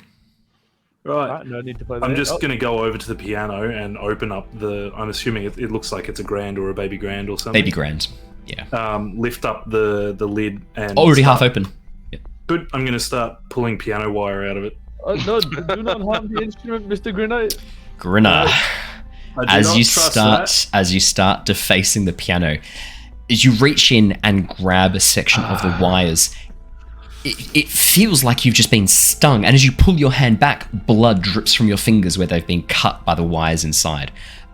You take what the fuck was that? 2 points of damage as the piano wire cuts into you, and it's almost like it snapped at you. The lid slams down. I tried to warn you. You should not harm the beautiful instruments. No, but normally they don't fight back, you know. Perhaps not physically, but the emotional scars would leave more damage than a wire cut across your hand. Who's got a bandage? This really fucking hurts. Yeah, come over here. Let me look after you. I'm a medical genius. Is it true she is? And she gets out some of her king's foil and spits in her hand and rubs it all together and smushes it in your hand. And... Yeah, Grinner, you've now got a bloody mess of spit, weeds, and blood in your hand. Yep. It's not sanitary. It's healing. You know what? It's I've clean. had worse in my head. I'm not going to question it at this point. I'm just going to wrap a bandage around it. Okay, yeah, you just tear off a bit of bandage and wrap it around. Yeah, absolutely. As you bandage it, Grinner, it still stings a bit. That's how you know it's healing. Right. I mean, I had a lovely experience in this room, but I don't need another one. Should we clear out? I just want to quickly check one thing real quick. I'm going to use my magnifying glass. You were talking about the figures dancing in the tapestry or something? There's figurines over the fireplace, over the mantle, a relief. Yeah, a relief of dancers. So you said there was them, but they also said before that there was something else. On the door, there's wooden figures. Oh, you carved said wooden figures. along the wall there was Oh, paintings. Yeah, tapestries. Yeah, sorry. I did say yeah. So where those? Yeah. I'm gonna start looking because we've just had these figures come out, start dancing. I'm gonna look around at all these dancing figurines and these dancing Luther, figures and artwork. roll me an investigation check. Absolutely. Yeah. I'm using my magnifying glass too. You have advantage. 17, 22. Luther, the figures that were dancing in the room look very similar to the ones in the tapestries. Very similar. Even as I'm looking. Yeah, even Grinner's girl is there in the background of the tapestry, taking a drag on this half cigarette outside the window in the tapestry. Does she have this? Does she have that anchor tattoo? Not visible at the moment. She's not showing off right now. So obviously I don't know about it, but no. But Luther, as you look through as well, there's also now Grinner in the tapestry dancing. I probably don't show Grinner that. That'll freak him out. In the middle one, there is now an embroidered Grinner. Or, well, I wouldn't say now. There is an embroidered Grinner dancing in the tapestry. I might let that one be. I don't want to tell Grinner that. That will probably scare the shit out of him. Unless people are hovering behind me, looking actively with me, because I would be pointing out, oh, this figure, oh, Grinner, isn't that the girl that you were dancing with? And then I would look, and I'd probably stop for a second and be silent. If anyone else is hanging on my shoulder, they can have a look and see it. Hand. Yeah. Surely Grinner went over and put a hand up longingly on her, right? Like, No. He's patching his hand up. He's got blood all over it. My hand up. Would you have come to check out that girl again? Well, unless you've actually said that you saw her in there. I would have told you that, because I got the magnifying glass and pointing things out. I'm like, I fucking run over. That's Grinner.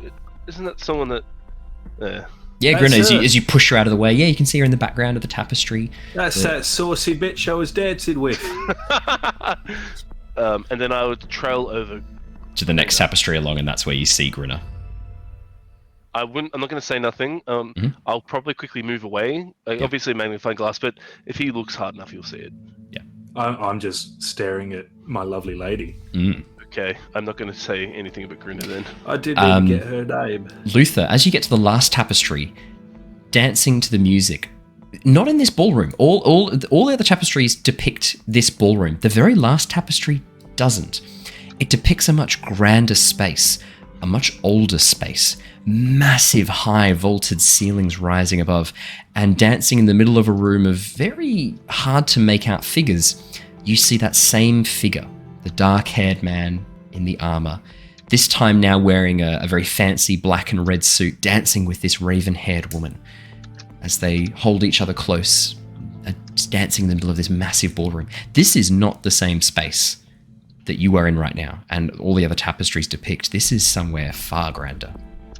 Is that golden-haired man there? No, you can't see the golden-haired man at all. Oh, 22? Sorry, I was going 17. 22? Yes, he is, Luther.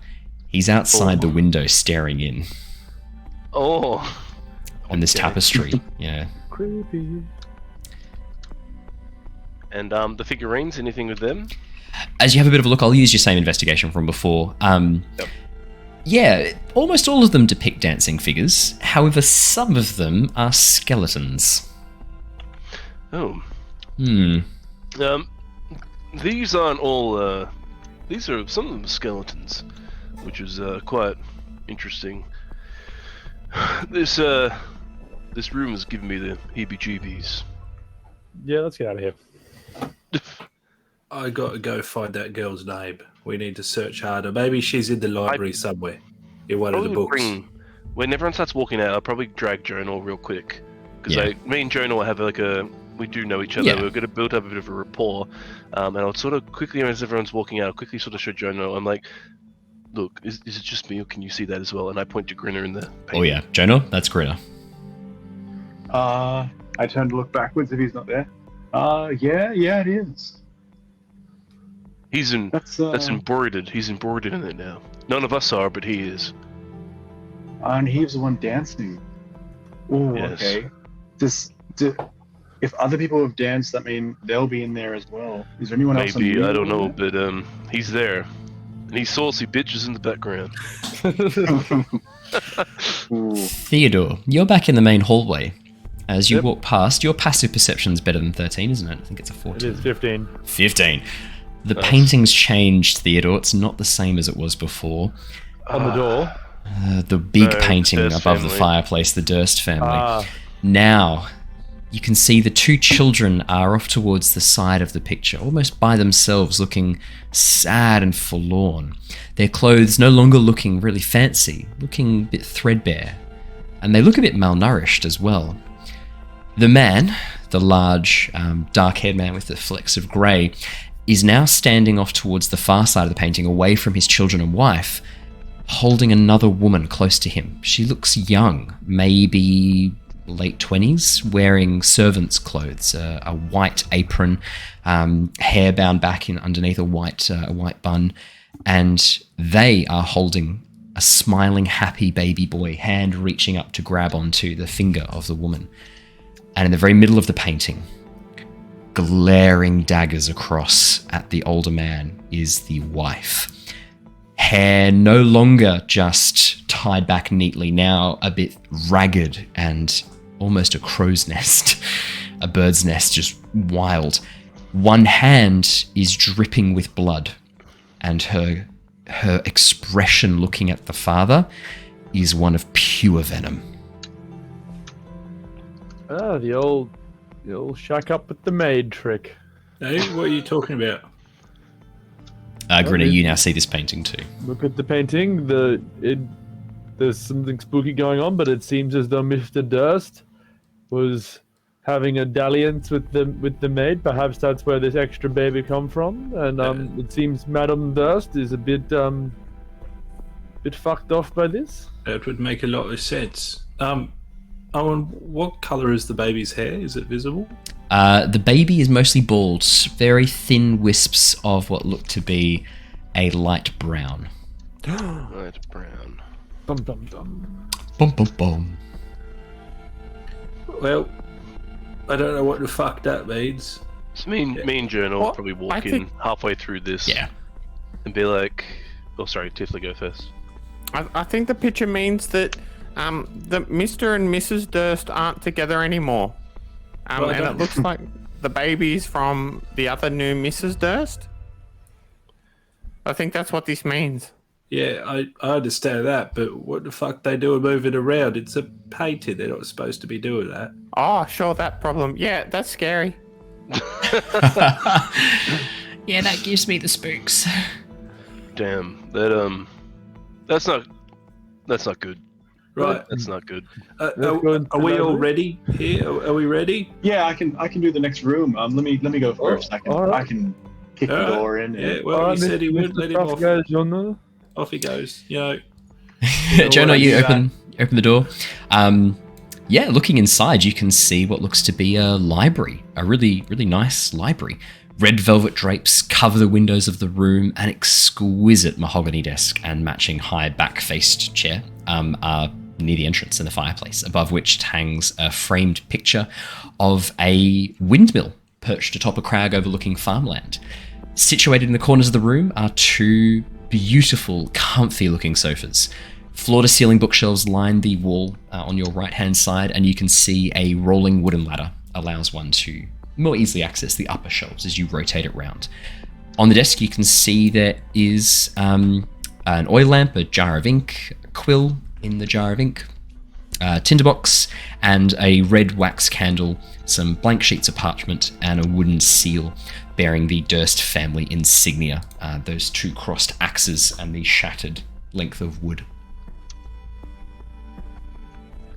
And that's what I'm you see, gonna pick Jonor. up the seal. You pick up the seal? Yeah. And the candle, and just.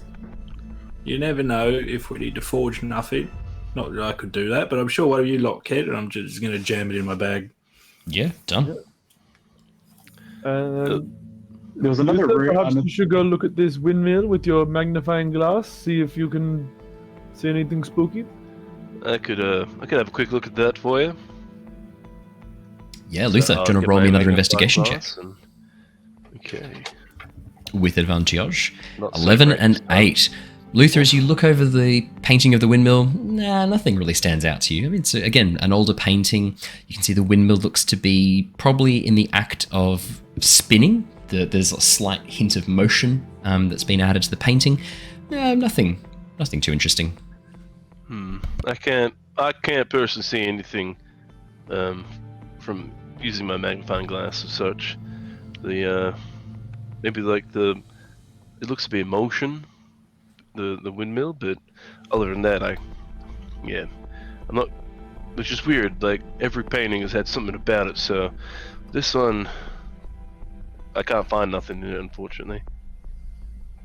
What about these bookshelves? So how Yeah. do they rate to the libraries of my previous, town? Oh no, it's a good library, but nothing compared to what your family had. As you look over the bookshelves, yeah, there's some interesting books. You can see there's some books on history. There's some books on alchemy. So I'm trying to think what else would be in there. He would be looking for something like he's interested in good and evil, and any like particularly outstanding creatures that are really good or really evil is gonna take his fancy. No bestiaries or anything like that. As you sort of grab a book at random, Jonor, this one seems to be talking about the rise and fall of the Draconic Nation. As you open the book, you watch as the ink on the page slowly turns to dust and begins spilling off the page, leaving it blank. Ooh, I would never have seen that before. Hey. No. No. Oh wow! Look at this book. The ink just disappeared. Did anyone else see that? Did anyone? Jonor holds up a blank book. The pages are blank, or at least the two pages he has open are blank. Are all of the pages blank? Let's have a look. And I get come have a look at this in 3, 2, 1, and then flips it over. You watch as again the letters instantly begin turning to dust and falling down at your feet. Who's looking at this book, by the way? Jonor is, and is anyone else looking at the book with Jonor? Yeah, Grinner is. I would look now that he's like Luther. Yep. Cool. All right, yeah, Jonor. You watch as the ink turns to dust and falls off the page. What's the name? That's some draconic history book. Yeah, the rise and fall of the Draconic Nation.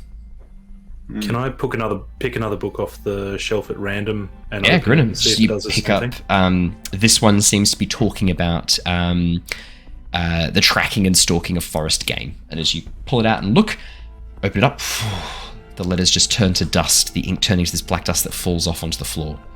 This is a stupid fucking library. I feel sorry for these books. I don't know what's going to waste here. Don't open any more up. All right. I pop back out into the hallway and have a look at the picture and see if anything's changed. No, still the same now. What I would like to do with the books is look at all of them. The ones that haven't been touched would still have like dust would have settled. I'm looking for any books that might have been might have unsettled the dust to sort of indicate like recent like. Oh, if anyone's recently tried to. Yeah. Okay.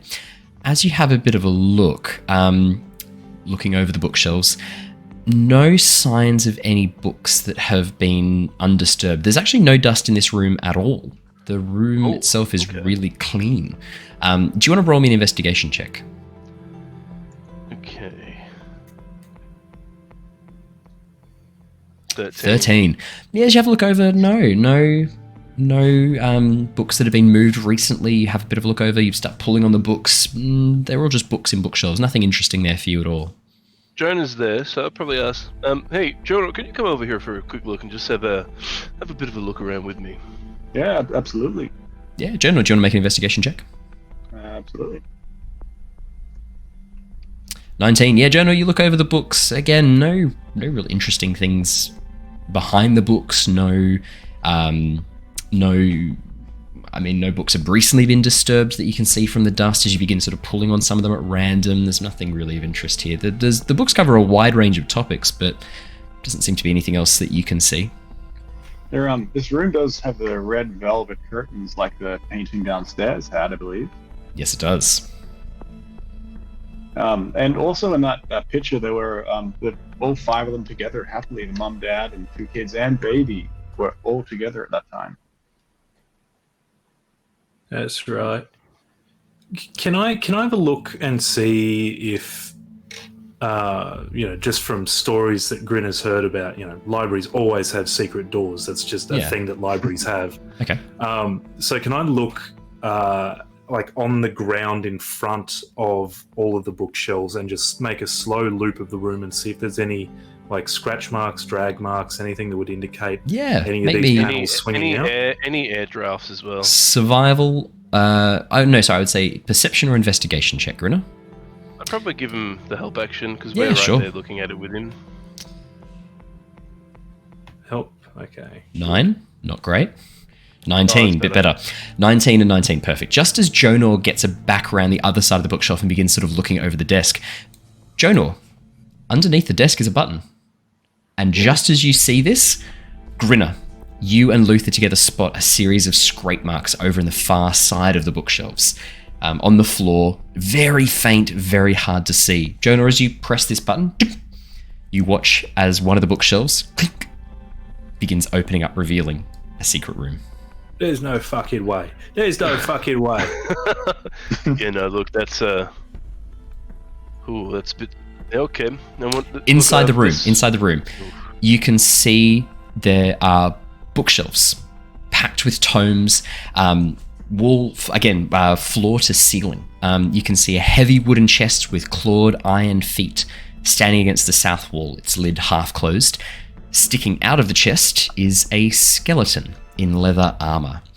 You can see that the torso and legs are out, and then the top of the torso is being partly crushed by the chest. You can also see that the skeleton appears to be clutching something in its hand, but the hand is still inside the chest. Well, that silly prick fell into the fucking box. Look at this. Jonor. What the fuck? Look at this. Can I do a nature or a survival roll to see if that chest is all above board? Of course you can. What would that be? Your choice. I'd say survival, perception, investigation.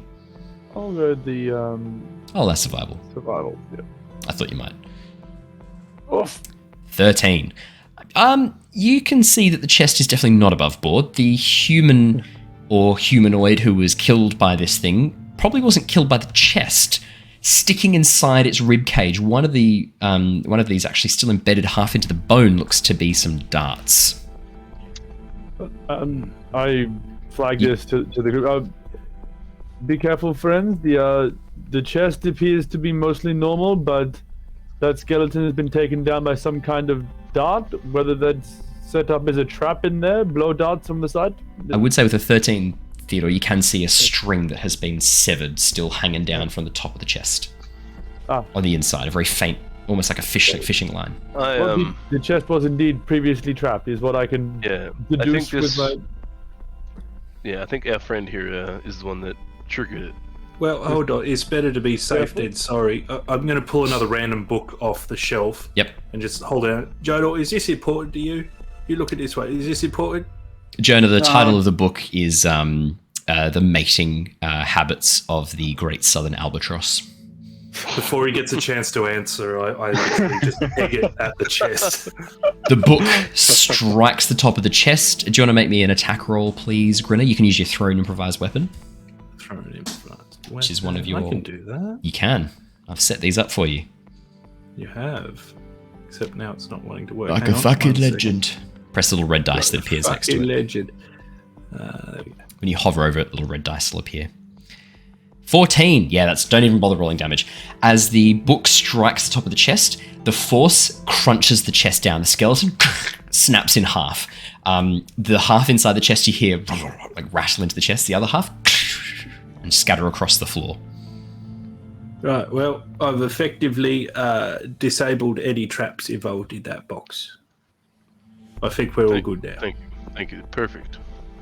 I'm just here to help, you know. You are very helpful. Oh, I'll thanks. start casting Detect Magic as well if we're still hanging around. 10 minutes? Okay, yep, no worries. I don't want to be that girl, but I don't think we should just sit here for 10 minutes. Well, we're not going to sit here. We're going to go have a look at some things, like what the fuck is in that chest. We'll keep looking and such while he does his thing. Okay. Well, let's go look into the chest. Perfect. Yeah, Theodore, you open up the chest. I'll go over there with him. Yeah, inside you can see half a skeleton, having been crushed in half by the chest. You can also... half scouts in your inventory. You can also see inside there looks to be 3 tightly bound scrolls, lengths of paper bound up with a red ribbon. You can see there are some other tightly bound notes inside a leather pouch as well. You can see the paper still sticking out of them. You can also see clutched in the now shattered hand of the skeleton a letter that has now opened up as it's dropped onto the floor of the chest. Theodore, as you pick it up and have a look, you read: Masters Gustav and Elizabeth, your request for additional giant relics is one which I sadly cannot grant.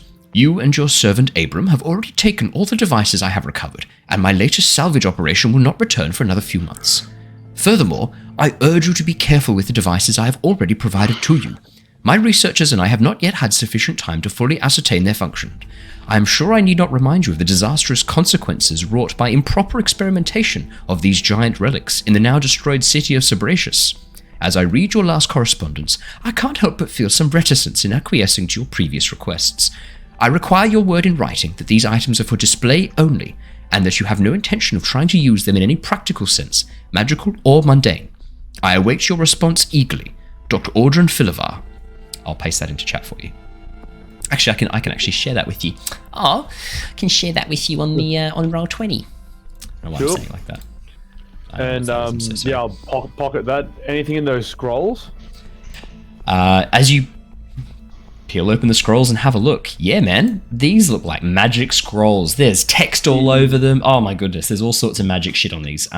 As a person who casts magic, you do recognize these. There are 3 spell scrolls. 1 spell scroll of bless, 1 of protection from poison, and 1 for spiritual weapon. I will paste these into chat because a certain wizard may want to have access to that. There you go. You should now all have that in your handouts. Nice. Enjoy. The skeleton that got crushed. Yes. Was it wearing any clothes? The clothes have decayed and tattered. Probably was once wearing leather armor with clothes underneath, but they have rotted into nothing. In complete contrast, the rest of the room is free from dust and is pristine. Is there anything special about the books on these shelves? They seem to be of a different Theodore. topic. Yeah, man. As you have a bit of a look at the books, you see a lot of very dark tomes, none with titles. And as you pull one out and have a bit of a look, very quickly you get a bit of an ominous sense. These tomes are talking about all sorts of creatures. They seem to be focused on monsters. This will get Jonor excited. There's discussions about demons and devils, creatures of immense power created during the ruin, that have been created by the god Asmodeus.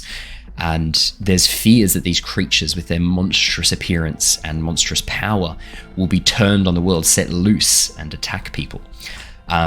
There's also discussions on immortals and the concept of immortality. In fact, Theodore, as you look through, most of the books actually seem to touch on this topic, the idea of endless life.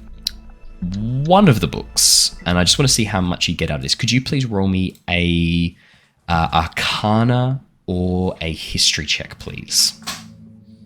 Both the same. Let's go the Arcana. Okay, nice. Yeah, we'll see how much you get. 8. Oh, there's some mention of remnants of power. You don't really know what this is. Talks about these things called gifts or blessings. Not really sure what that's about either. I take that one and a couple of the ones about the creatures of Asmodeus, and yeah.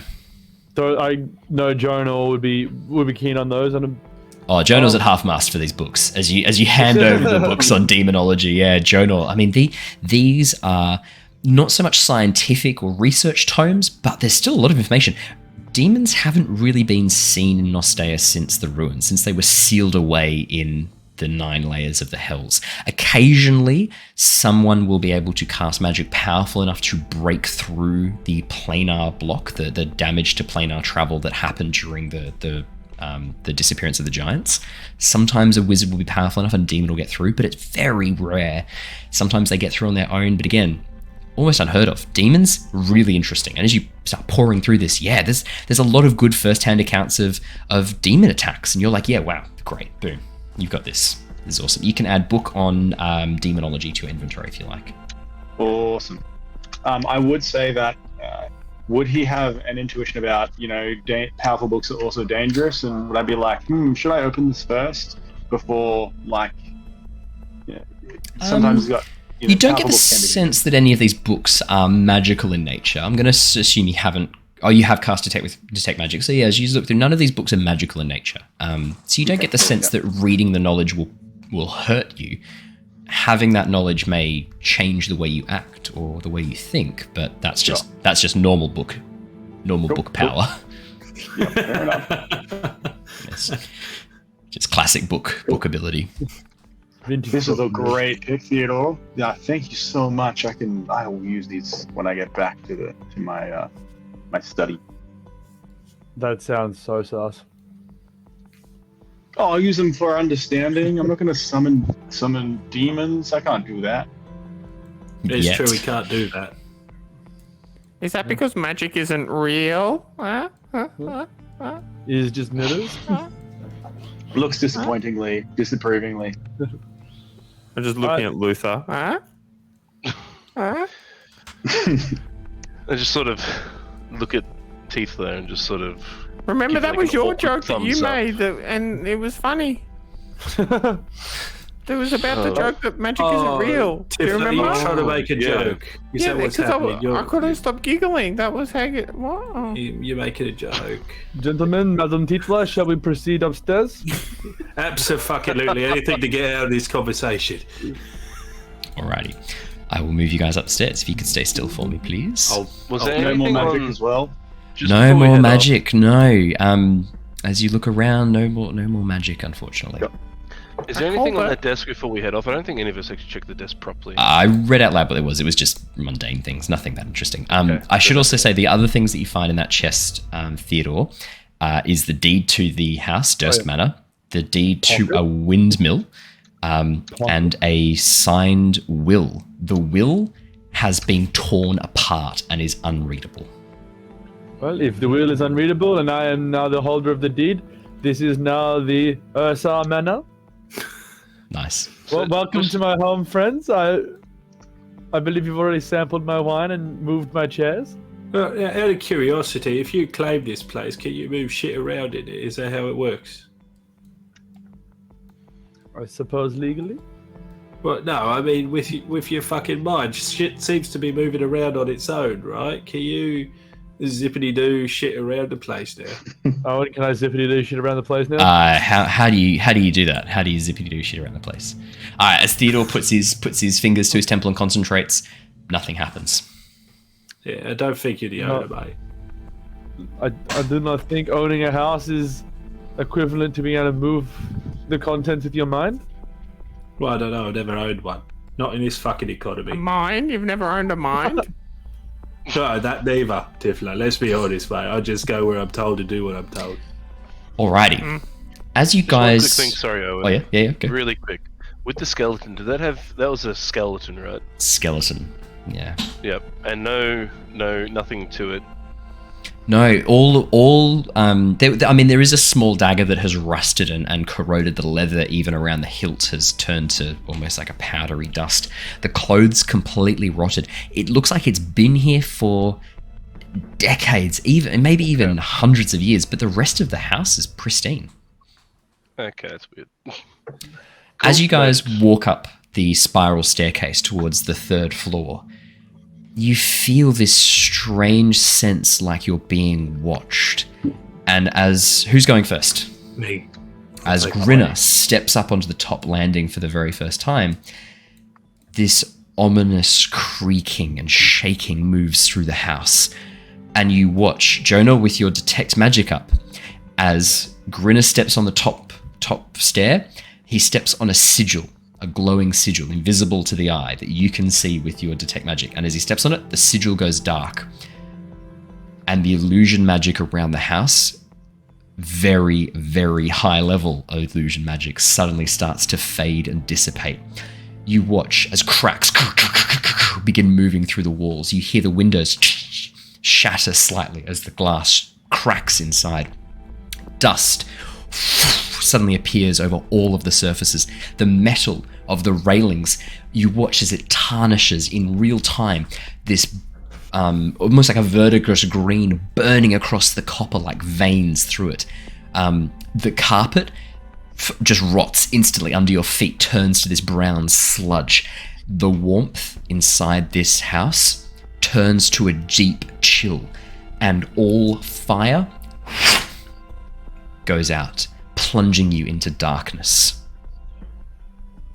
Well, there goes the value of my house. You stood on a sigil there, and there was illusionary magic. Right. It's all gone now.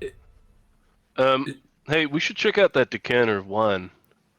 Yeah, whip out my Well, wine. yeah, I could use a fucking drink right now. It probably was wine once, but it's just this dark brown sludge.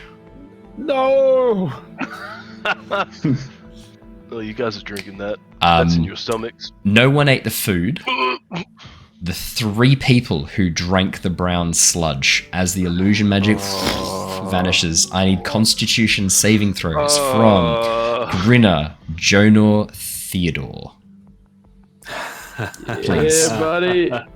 Grinner, Hey, there we go. Natural, not a natural one, an unnatural one. That's a 1 minus 1 is, sorry, 2 minus 1 is 1. 31. Theodore, that's not going to go well for you. Grinner, that's a fair 6. given how much you've been drinking of it. That's not good. Jonor, 21.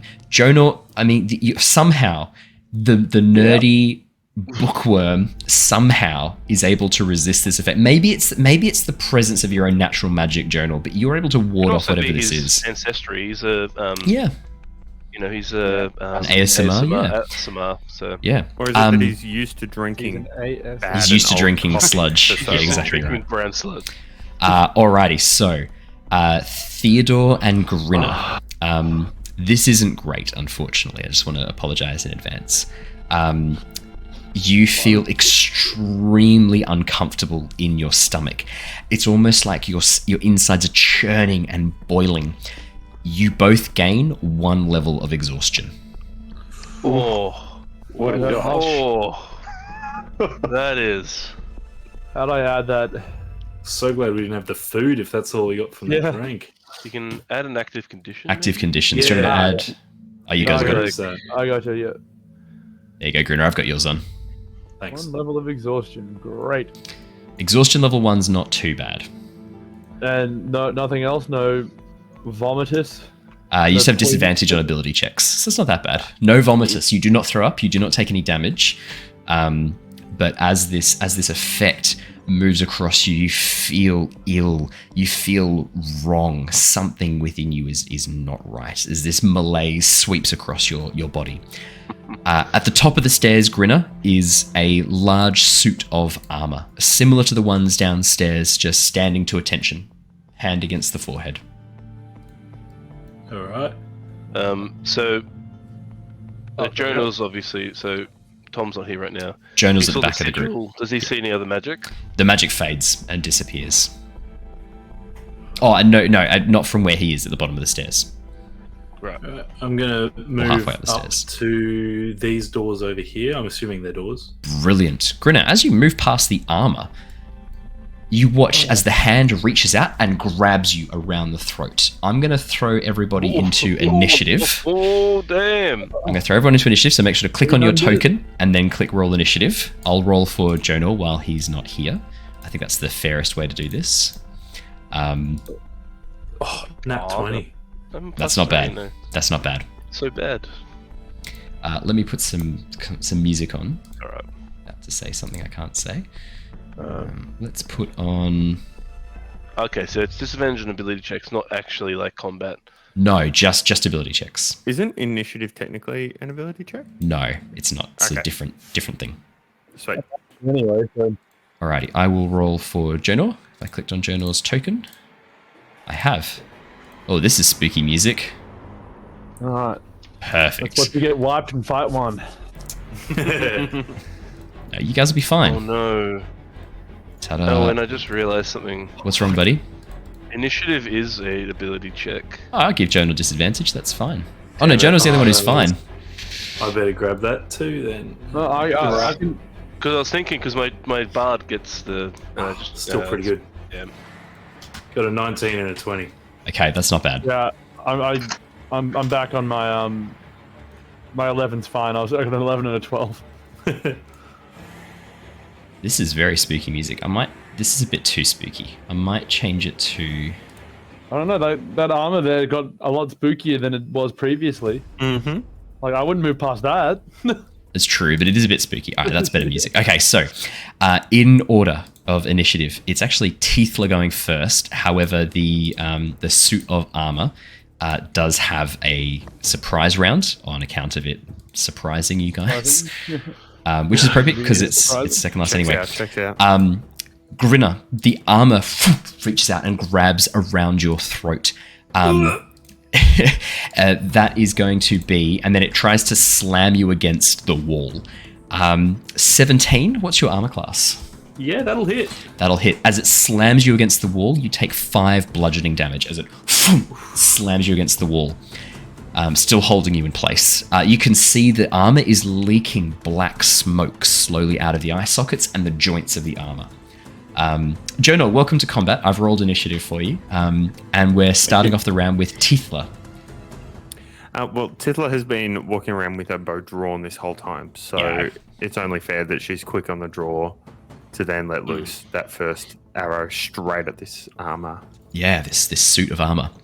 13. 13 DC. Not quite enough as the arrow just pings off the armor.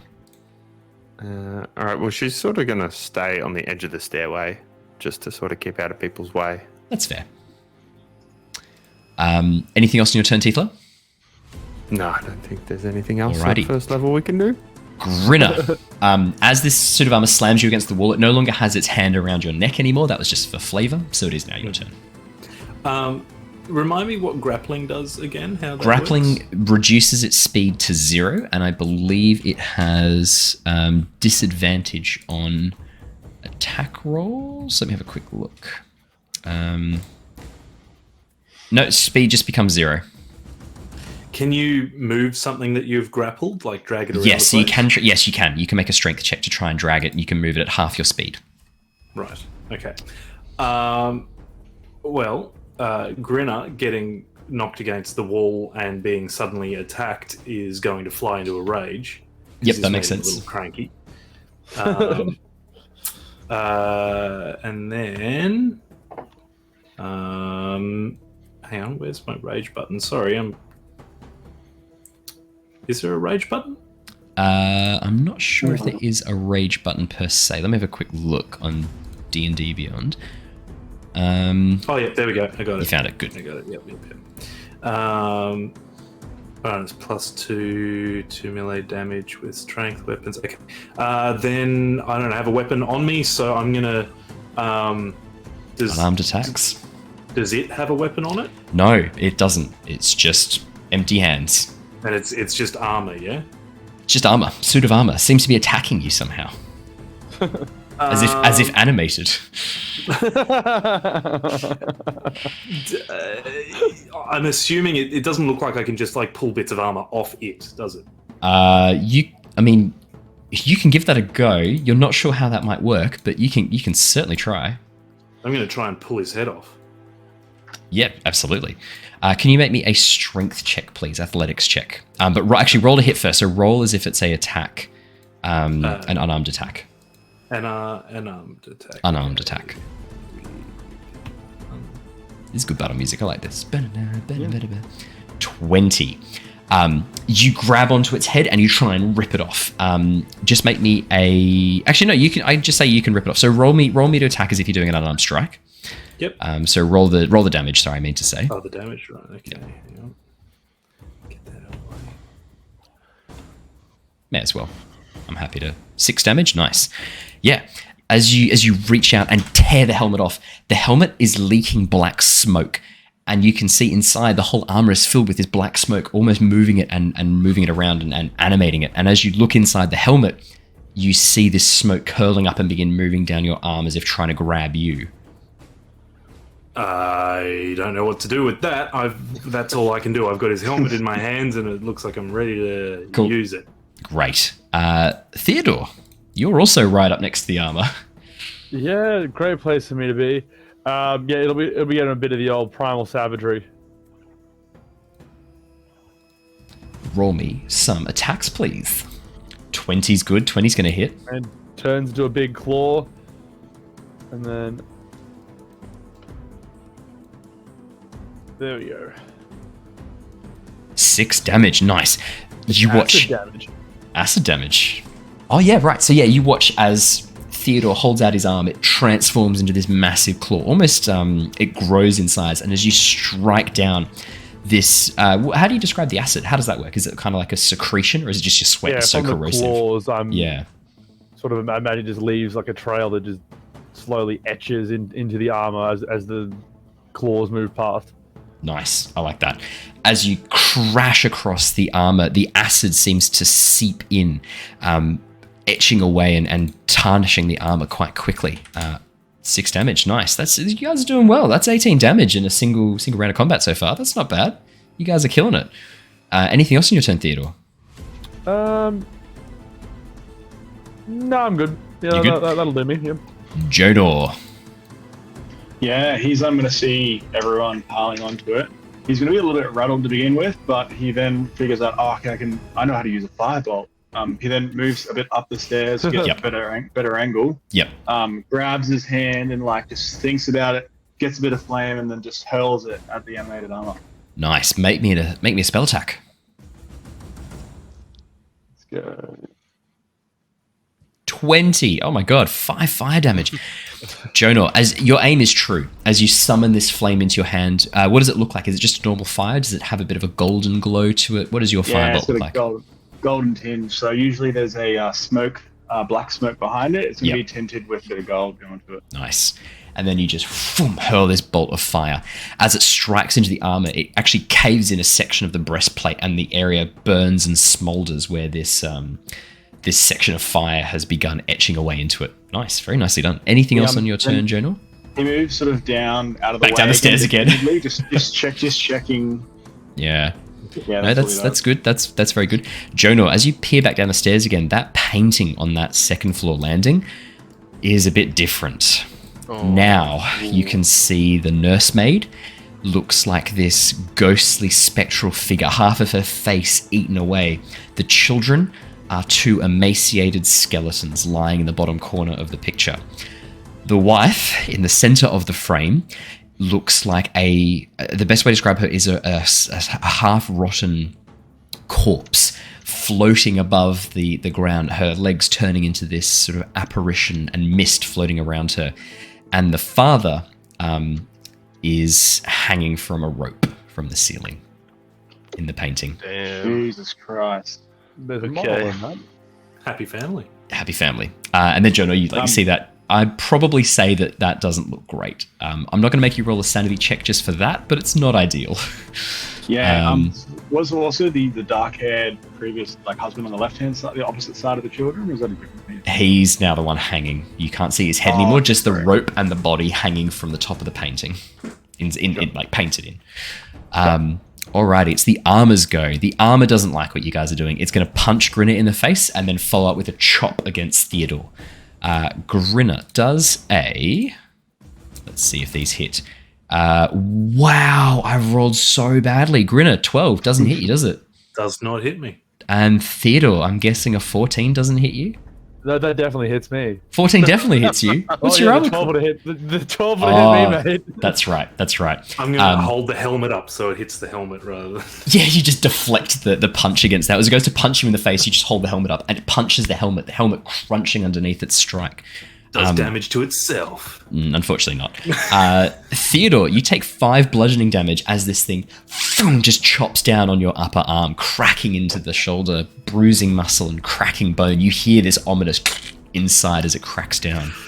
The leather armor, it does nothing. The animated armor, the black smoke leaking out seems to be leaking out much, much quicker now that it's taken a bit of damage. Luther, bringing up at the bottom of the round. Okay. How hurt are Grinner and Theodore looking? I'm almost dead. In a non-metagamey way, could you describe how grievous your injuries are? I Very think almost dead. I'm grievously injured, is what Theodore Yeah. says.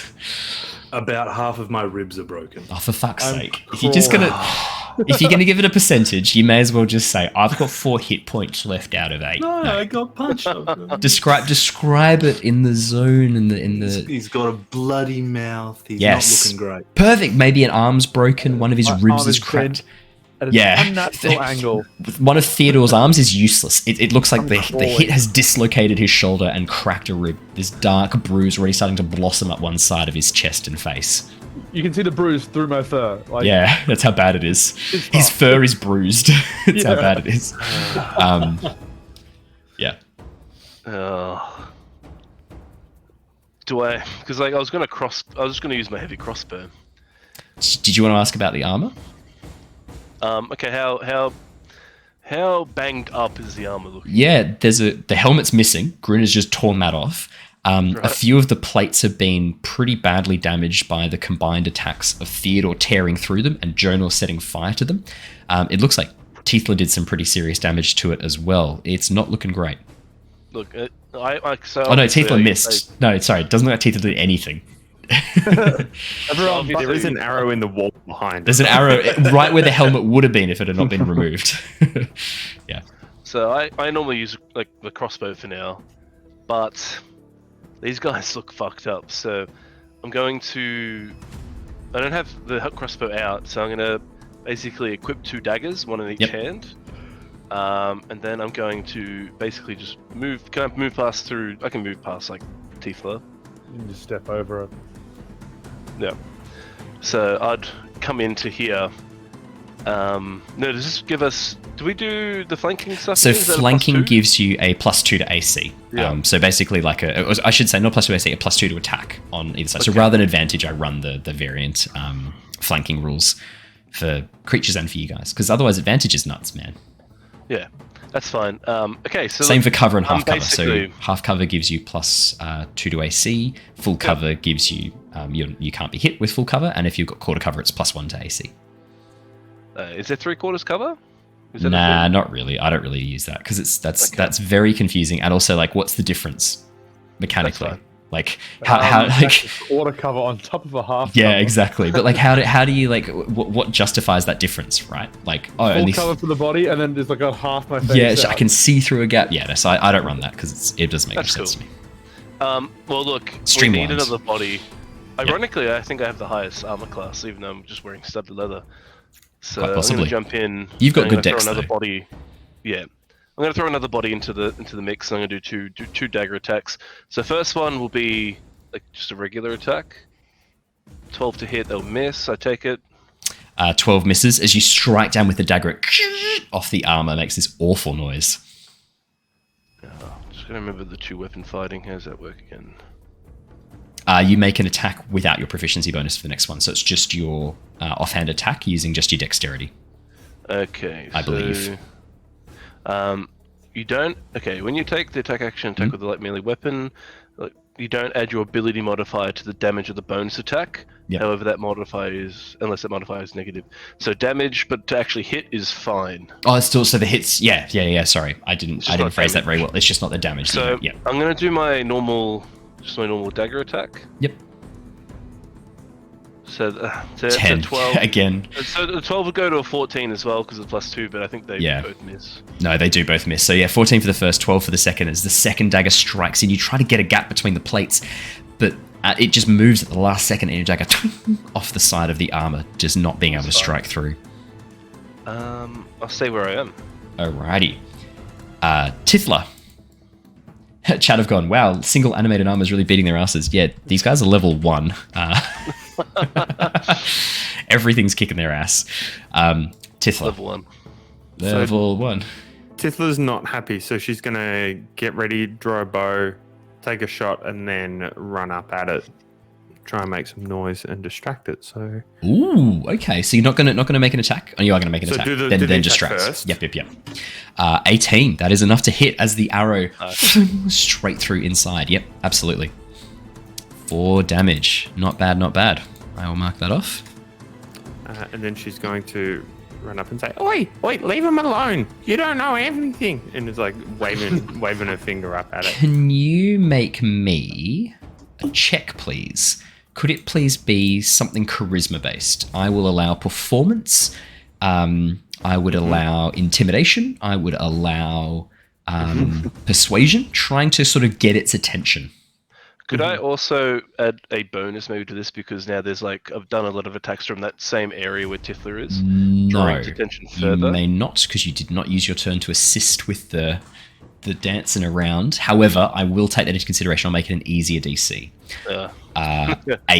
Yeah, Tithla, as you go for that intimidation. As she's trying to be intimidating, and she's just not. Yeah, Tithla runs up. Oi! It's not very intimidating. It's distracting, but not very intimidating. Anything else on your turn, Tithla?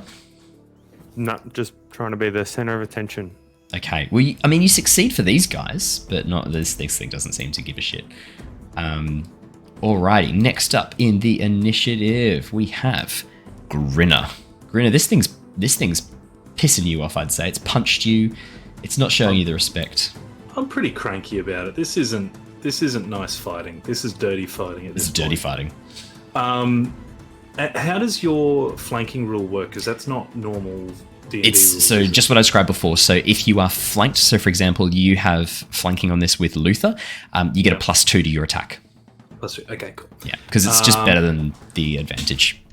So I'm gonna just kind of heft the helmet and then grab it by the front of the visor and just smack it down Nice. onto its shoulders. So you can use the simple improvised weapon, and it'll be bludgeoning damage instead of slashing damage. I think I've got it set up for slashing damage, but it'll be bludgeoning damage as you just trying to beat this thing with its own helmet. 16. Oh, it's so close. Doesn't that get a +2? +2. 18. Yes, it does. 18 is enough. Roll me some Damagios. 6. Nice. Grinner, as you smash down, boom, it rings out like a bell, reverberating in your hand as you pull your hand back, like feeling the shake from it. You potentially get some pluses for your rage. I don't know about Your pluses rage? for Yeah, you can Extra you'll damage roll, for rage? Yeah. I think you hang can on, get a check +2 to damage. Or No, Yeah, not +2. attacks. I get for saving throws, a strength-based saving throw checks, but not attacks. Barbarians do get a damage There bonus. should be. They're definitely a I damage. think you do. With strength weapons. Pretty sure you do. That's why I want to learn from. Oh, you. +2 melee damage with Yeah. strength weapons. This is a strength weapon. Yeah, there you go. So that is +2 additional damage. So that's a total of 8 damage. I will mark I don't that know off. why I didn't add that in. I think D&D Beyond doesn't always do it, but I will try to remember, and if you try to remember, we'll be with sweet. our powers combined. You, as you smash this thing with its own helmet. The helmet crumples in your hand, almost around your hand like a metal gauntlet. You can still remove your hand for the moment, but it's you've currently got almost like a gauntlet made out of a helmet on your hand. Honestly, that's not bad. I'll take that. That's a good improvised weapon. Yeah. And then using my Tavern Ball of Feet, I can grapple as my bonus action. So I'm going to grapple it. Nice. So what you need to do for me is roll me an athletics check. Athletics.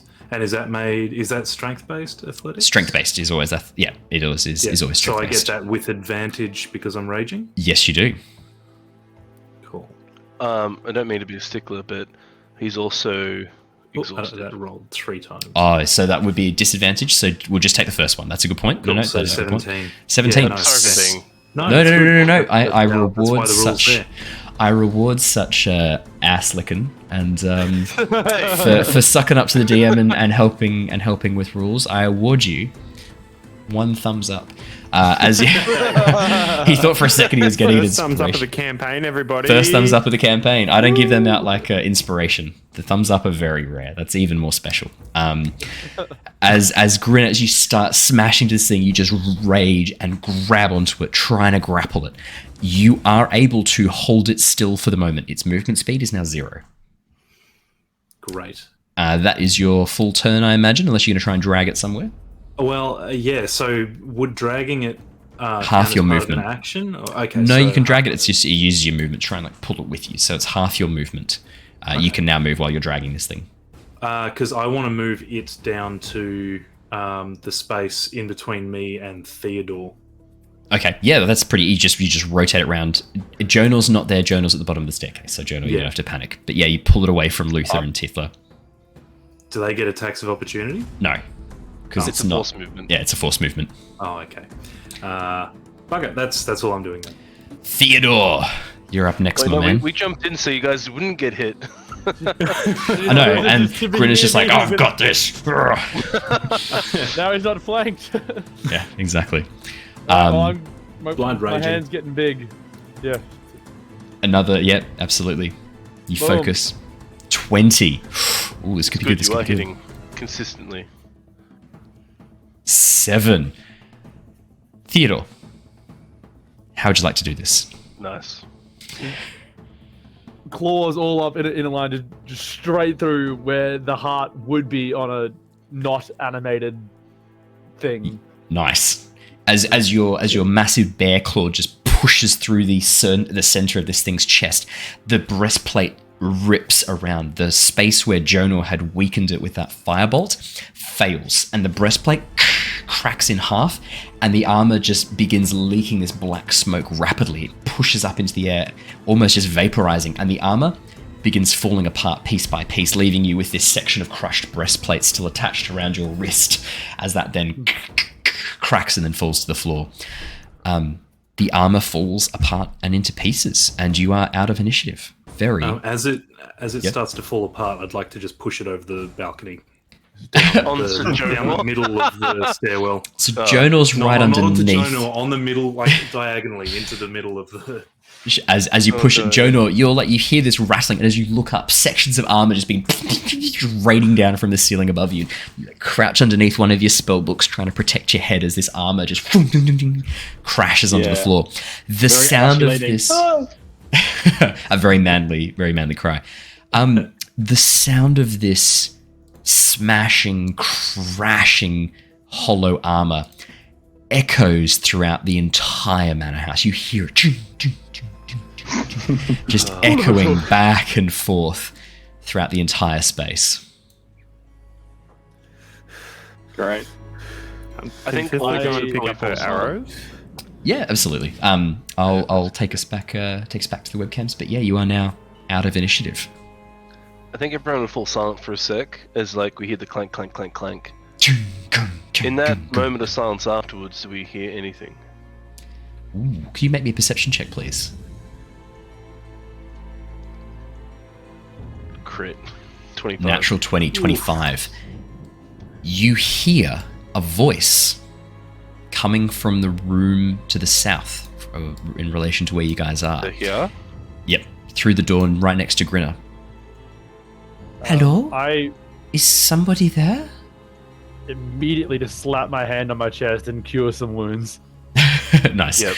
Roll for some healths. I probably would move forward a little bit and gesture for Grinner to come. I'd sort of grab him and bring him backwards with me because he wouldn't have heard it, but... do you actually try to grab me? Super intense. While I'm raging? Yeah. Well, the rage wears off after 6 seconds, so you're probably coming out of the rage. Right. Yeah, so you have to, every turn you have to take damage or you lose the I thought rage. it was a minute. Okay. No, all good. But while you take... So, you have to take or deal damage, and then if you don't do that, then it goes. Okay. It disappears. But so Grinner, you're would like grab you coming out we of probably it. would have waited like... I reckon we almost would have waited like anywhere from 20, 30 seconds. It would have been like 10 after. seconds of... Ting, ting, ting, ting, Yeah. ting. Yeah, easily. But I would grab you as you're coming out of the rage, so you might turn around and be a bit like hostile still. I'll wake up to myself though. I've been in enough combat situations where there's been friendlies around, so I'll Sorry there, friend. I didn't mean to grab you in the midst of whatever that you do, but I just heard, and I sort of gesture for everyone now to listen. I just heard a voice in that room say, "Hello, anybody there?" or something along those lines. Sound like a woman's voice, but now that we're in this dark, creepy mansion where everything is now went a bit sideways, that is definitely a red flag. Should we tell them we are not here?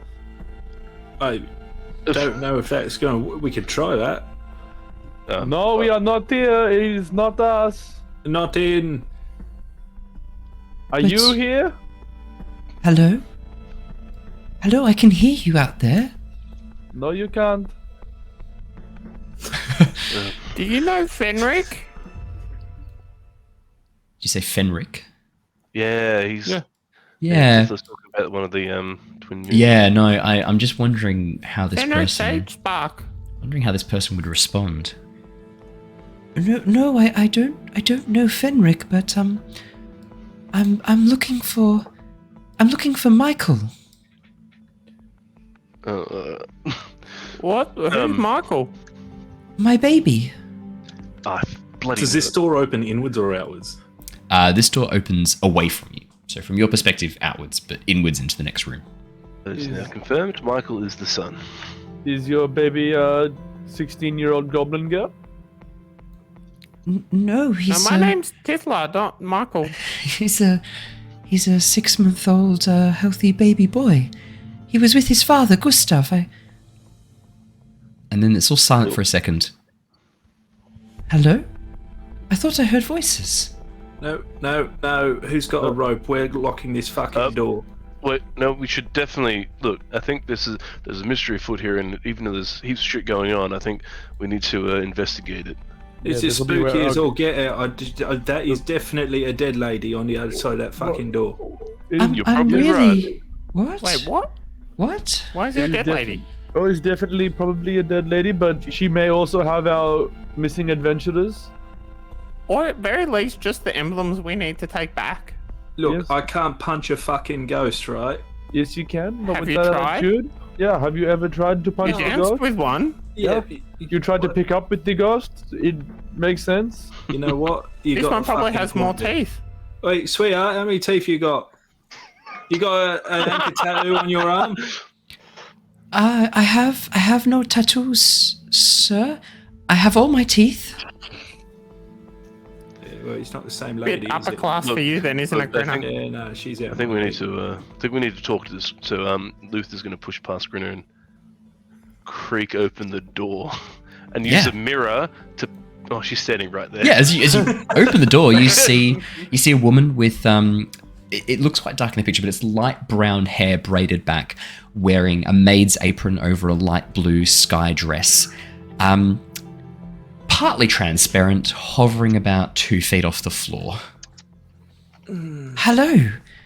Oh, sirs, I'm sorry, you mustn't come in. It's a bit of a mess. And you watch as she floats over, just out of sight, around the side, and you can hear the sound of sweeping. Luther, close that fucking door, right? Close that fucking door right now. I go into the room very tentatively. Yeah. As you step into the room, you can see that dust and cobwebs shroud what was probably once a very elegantly appointed bedroom. There are 2 doors on the western side of this room as well that seem to head out into other areas. And then at the far side in the south, there's a double door with panes of stained glass that opens up onto a balcony that you can see. The bedroom contains a very large bed, but covered in dust, covered in cobwebs, 2 end tables, one of which is actually rotted and collapsed, and a wardrobe that has just splintered in on itself. Mounted on the wall next to the wardrobe is a full-length mirror with an ornate carving around the outside made to look like ivy. You can see a floating woman. She is currently holding a broom, a real broom, and trying to sweep some of the dust away and just moving it from one pile to Does another. she look different in the mirror? So you can't see her in the mirror from the angle you're at, but if you move forward a little bit, look, she's not in the mirror. You can't see her in the mirror. Okay. Can I see the broom? Yeah, the broom is just hovering in place, Floating. sweeping itself. Okay. Cool. Oh, sorry, I said you shouldn't come in, sirs. This is no place for gentlemen to see. I haven't finished cleaning this room. Look, it's not many women that call me a gentleman, so I'll take that. But and I sort of gesture to Theodore. Shh. Your voices you gotta- are a little loud. Oh, You'll sorry. You'll wake baby Michael. Shh. We'll keep it down. Theodore. Where and I is sort of he? gesture for Theodore to come in. Okay, apparently I'm gesturing everyone to come in. Tithla just Just pushes shout from the through. other room. shouts from the other room. It echoes in. Shh. Please, young mistress. He's just asleep in the nursery, but I would not want you to wake Where's him. the nursery? Just through those doors there. And she points at the door behind you, Theodore. Wait, didn't she just say she couldn't find a baby? Exactly. Maybe she sometimes knows and sometimes doesn't. As you say that, you watch as she sort of pauses in the broom for a second. Her eyes sort of go blank. And then she sort of shakes herself and goes, "Oh, hello, sirs. How can I help you? You shouldn't be in here. I haven't finished cleaning." She begins sweeping the floor again. My name is Gustav, Oh no. and I am the legal owner of this house as per this deed. Yeah, and he brings the deed out. Nice. She looks over at you, sort of squints a bit and laughs. "Oh, so funny. You can't be Gustav. Gustav's just in his room. He was supposed to check on baby Michael, but he hasn't come. I hope he's okay." This is me coming to inspect the baby Michael. I'm the Gustav. Oh, surely you jest. You are a very handsome young satyr, but you are not Gustav. So funny. I was messing with those giant artifacts and I was transformed into a satyr. Make me a deception check. Come on. That's hilarious. Jesus. Yes, this is it. This is why we play D&D. 13. She sort of pauses for a second. No, you can't be. You were so fucking close. Do I have it fresh anywhere? No. Just wait 10 seconds till, like, Yeah. and then you can do it again. You watch as she pauses again. Head drops for a second. She shakes herself, begins sweeping, ignoring all of you now. Well, I open the door to the nursery. As you open the door, she looks up. Stop! Please, don't wake baby Michael. Look, see, I'm the owner of this house. You're fired. Oh. Your services Okay. are no longer required as a maid. Okay. You're free to leave the house at any point you like. You watch as a dark expression comes across her face, Theodore. Her hair, which is sort of braided, begins to slightly untangle itself and move as if in the wind. Her skin, which is this pale, translucent flesh color, begins to turn almost a very light purple. And you watch as her eyes, dark rings, begin etching themselves under her eyes. Look, Yeah? you know this isn't fired? Gustav. This I've is been not Gustav. promoted? You know that. This is obviously not Gustav. You've already ascertained that. Just, let's all just calm down. Sort of like Gustav would relax a never little bit. fire me. Gustav loves me. I gave him baby Michael. I have a Elizabeth feeling that sent you, perhaps- didn't she? I know No, she but did. She didn't, Theodore, but I you- feel like if there was a younger model of you, perhaps Gustav would move on in roughly 5 to 10 years. Okay. Evidence would suggest that Okay. perhaps. I reckon that'd do it. You watch as her eyes go wide and then suddenly turn pale and milky white. Tears begin sort of pouring out of her eyes and carve fissures across her face, cracking through the facade, burning through the skin. You watch as she slowly begins to morph and twist, arms elongating, claws growing out of her hands as she transforms. This dark purple-like figure emerging out of the darkness. You know not of what you speak. Very You will clearly. be silent. I will make you silent. What do you guys do? I'm not throwing you into initiative just yet. I just want to know what you guys do. Okay. I'm not in the room. Grinner's still outside the door, not wanting to go in. Yeah, it's probably wise. I'm trying to. You and me both. I'm trying to just diffuse the situation. Grinner closes the door. I thought about it. Madam, please be quiet or you'll wake baby Michael. Make me a persuasion check. Make me a persuasion check. Because that might 23. Oh. She sort of freezes and pauses. Huh? Mustn't wake the baby. and then you watch as she slowly begins to curl up in the fetal position, and then expands back out again, and it's the nursemaid again. She shakes herself, looks around and goes, "Oh, sirs, you can't be in here. I haven't finished cleaning yet." Yeah, And then she I bends thought down you and begins. said baby Michael would be dead just like this lady is. Is that what you say, Tithla? I don't know why you're saying you're waiting. Brilliant. Thank you for that, Tithla.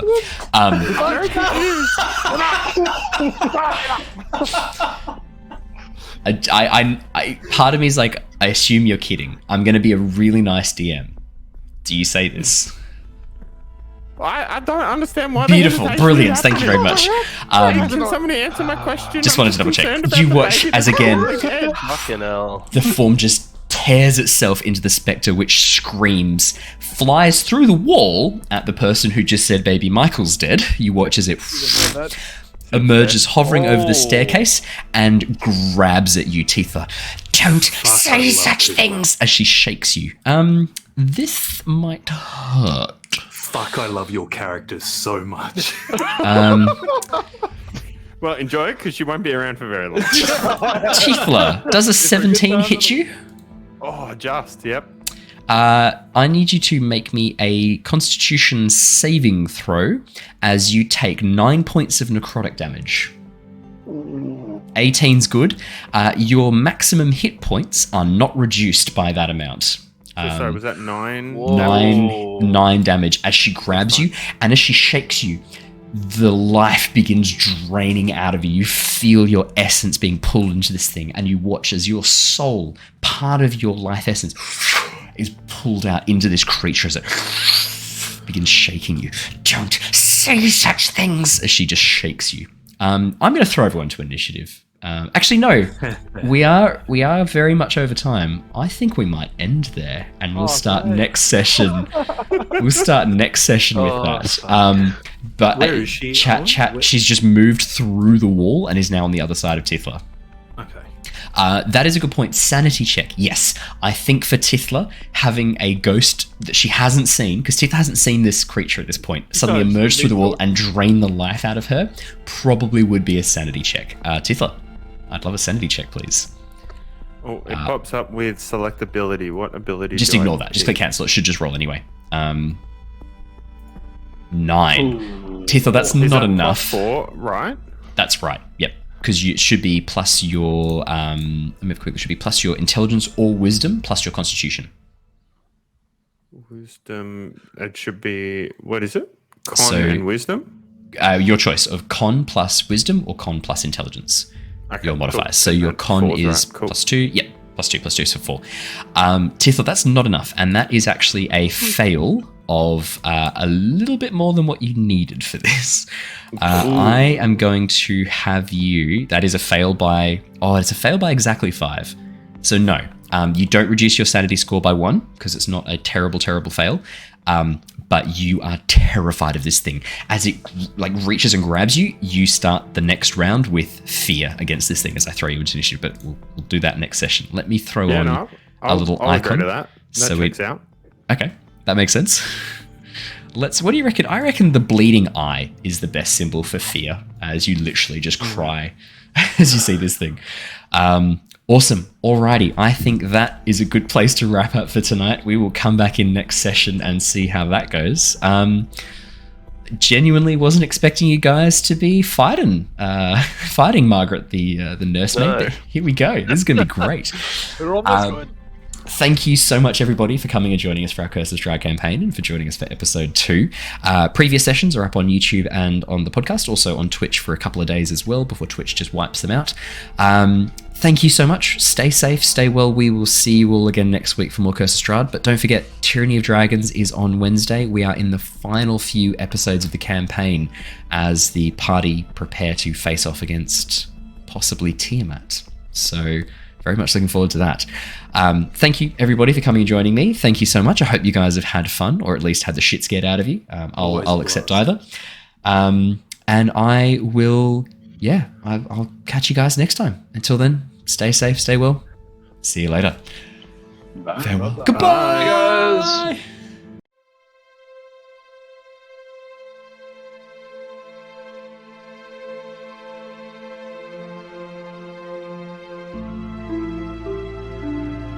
you.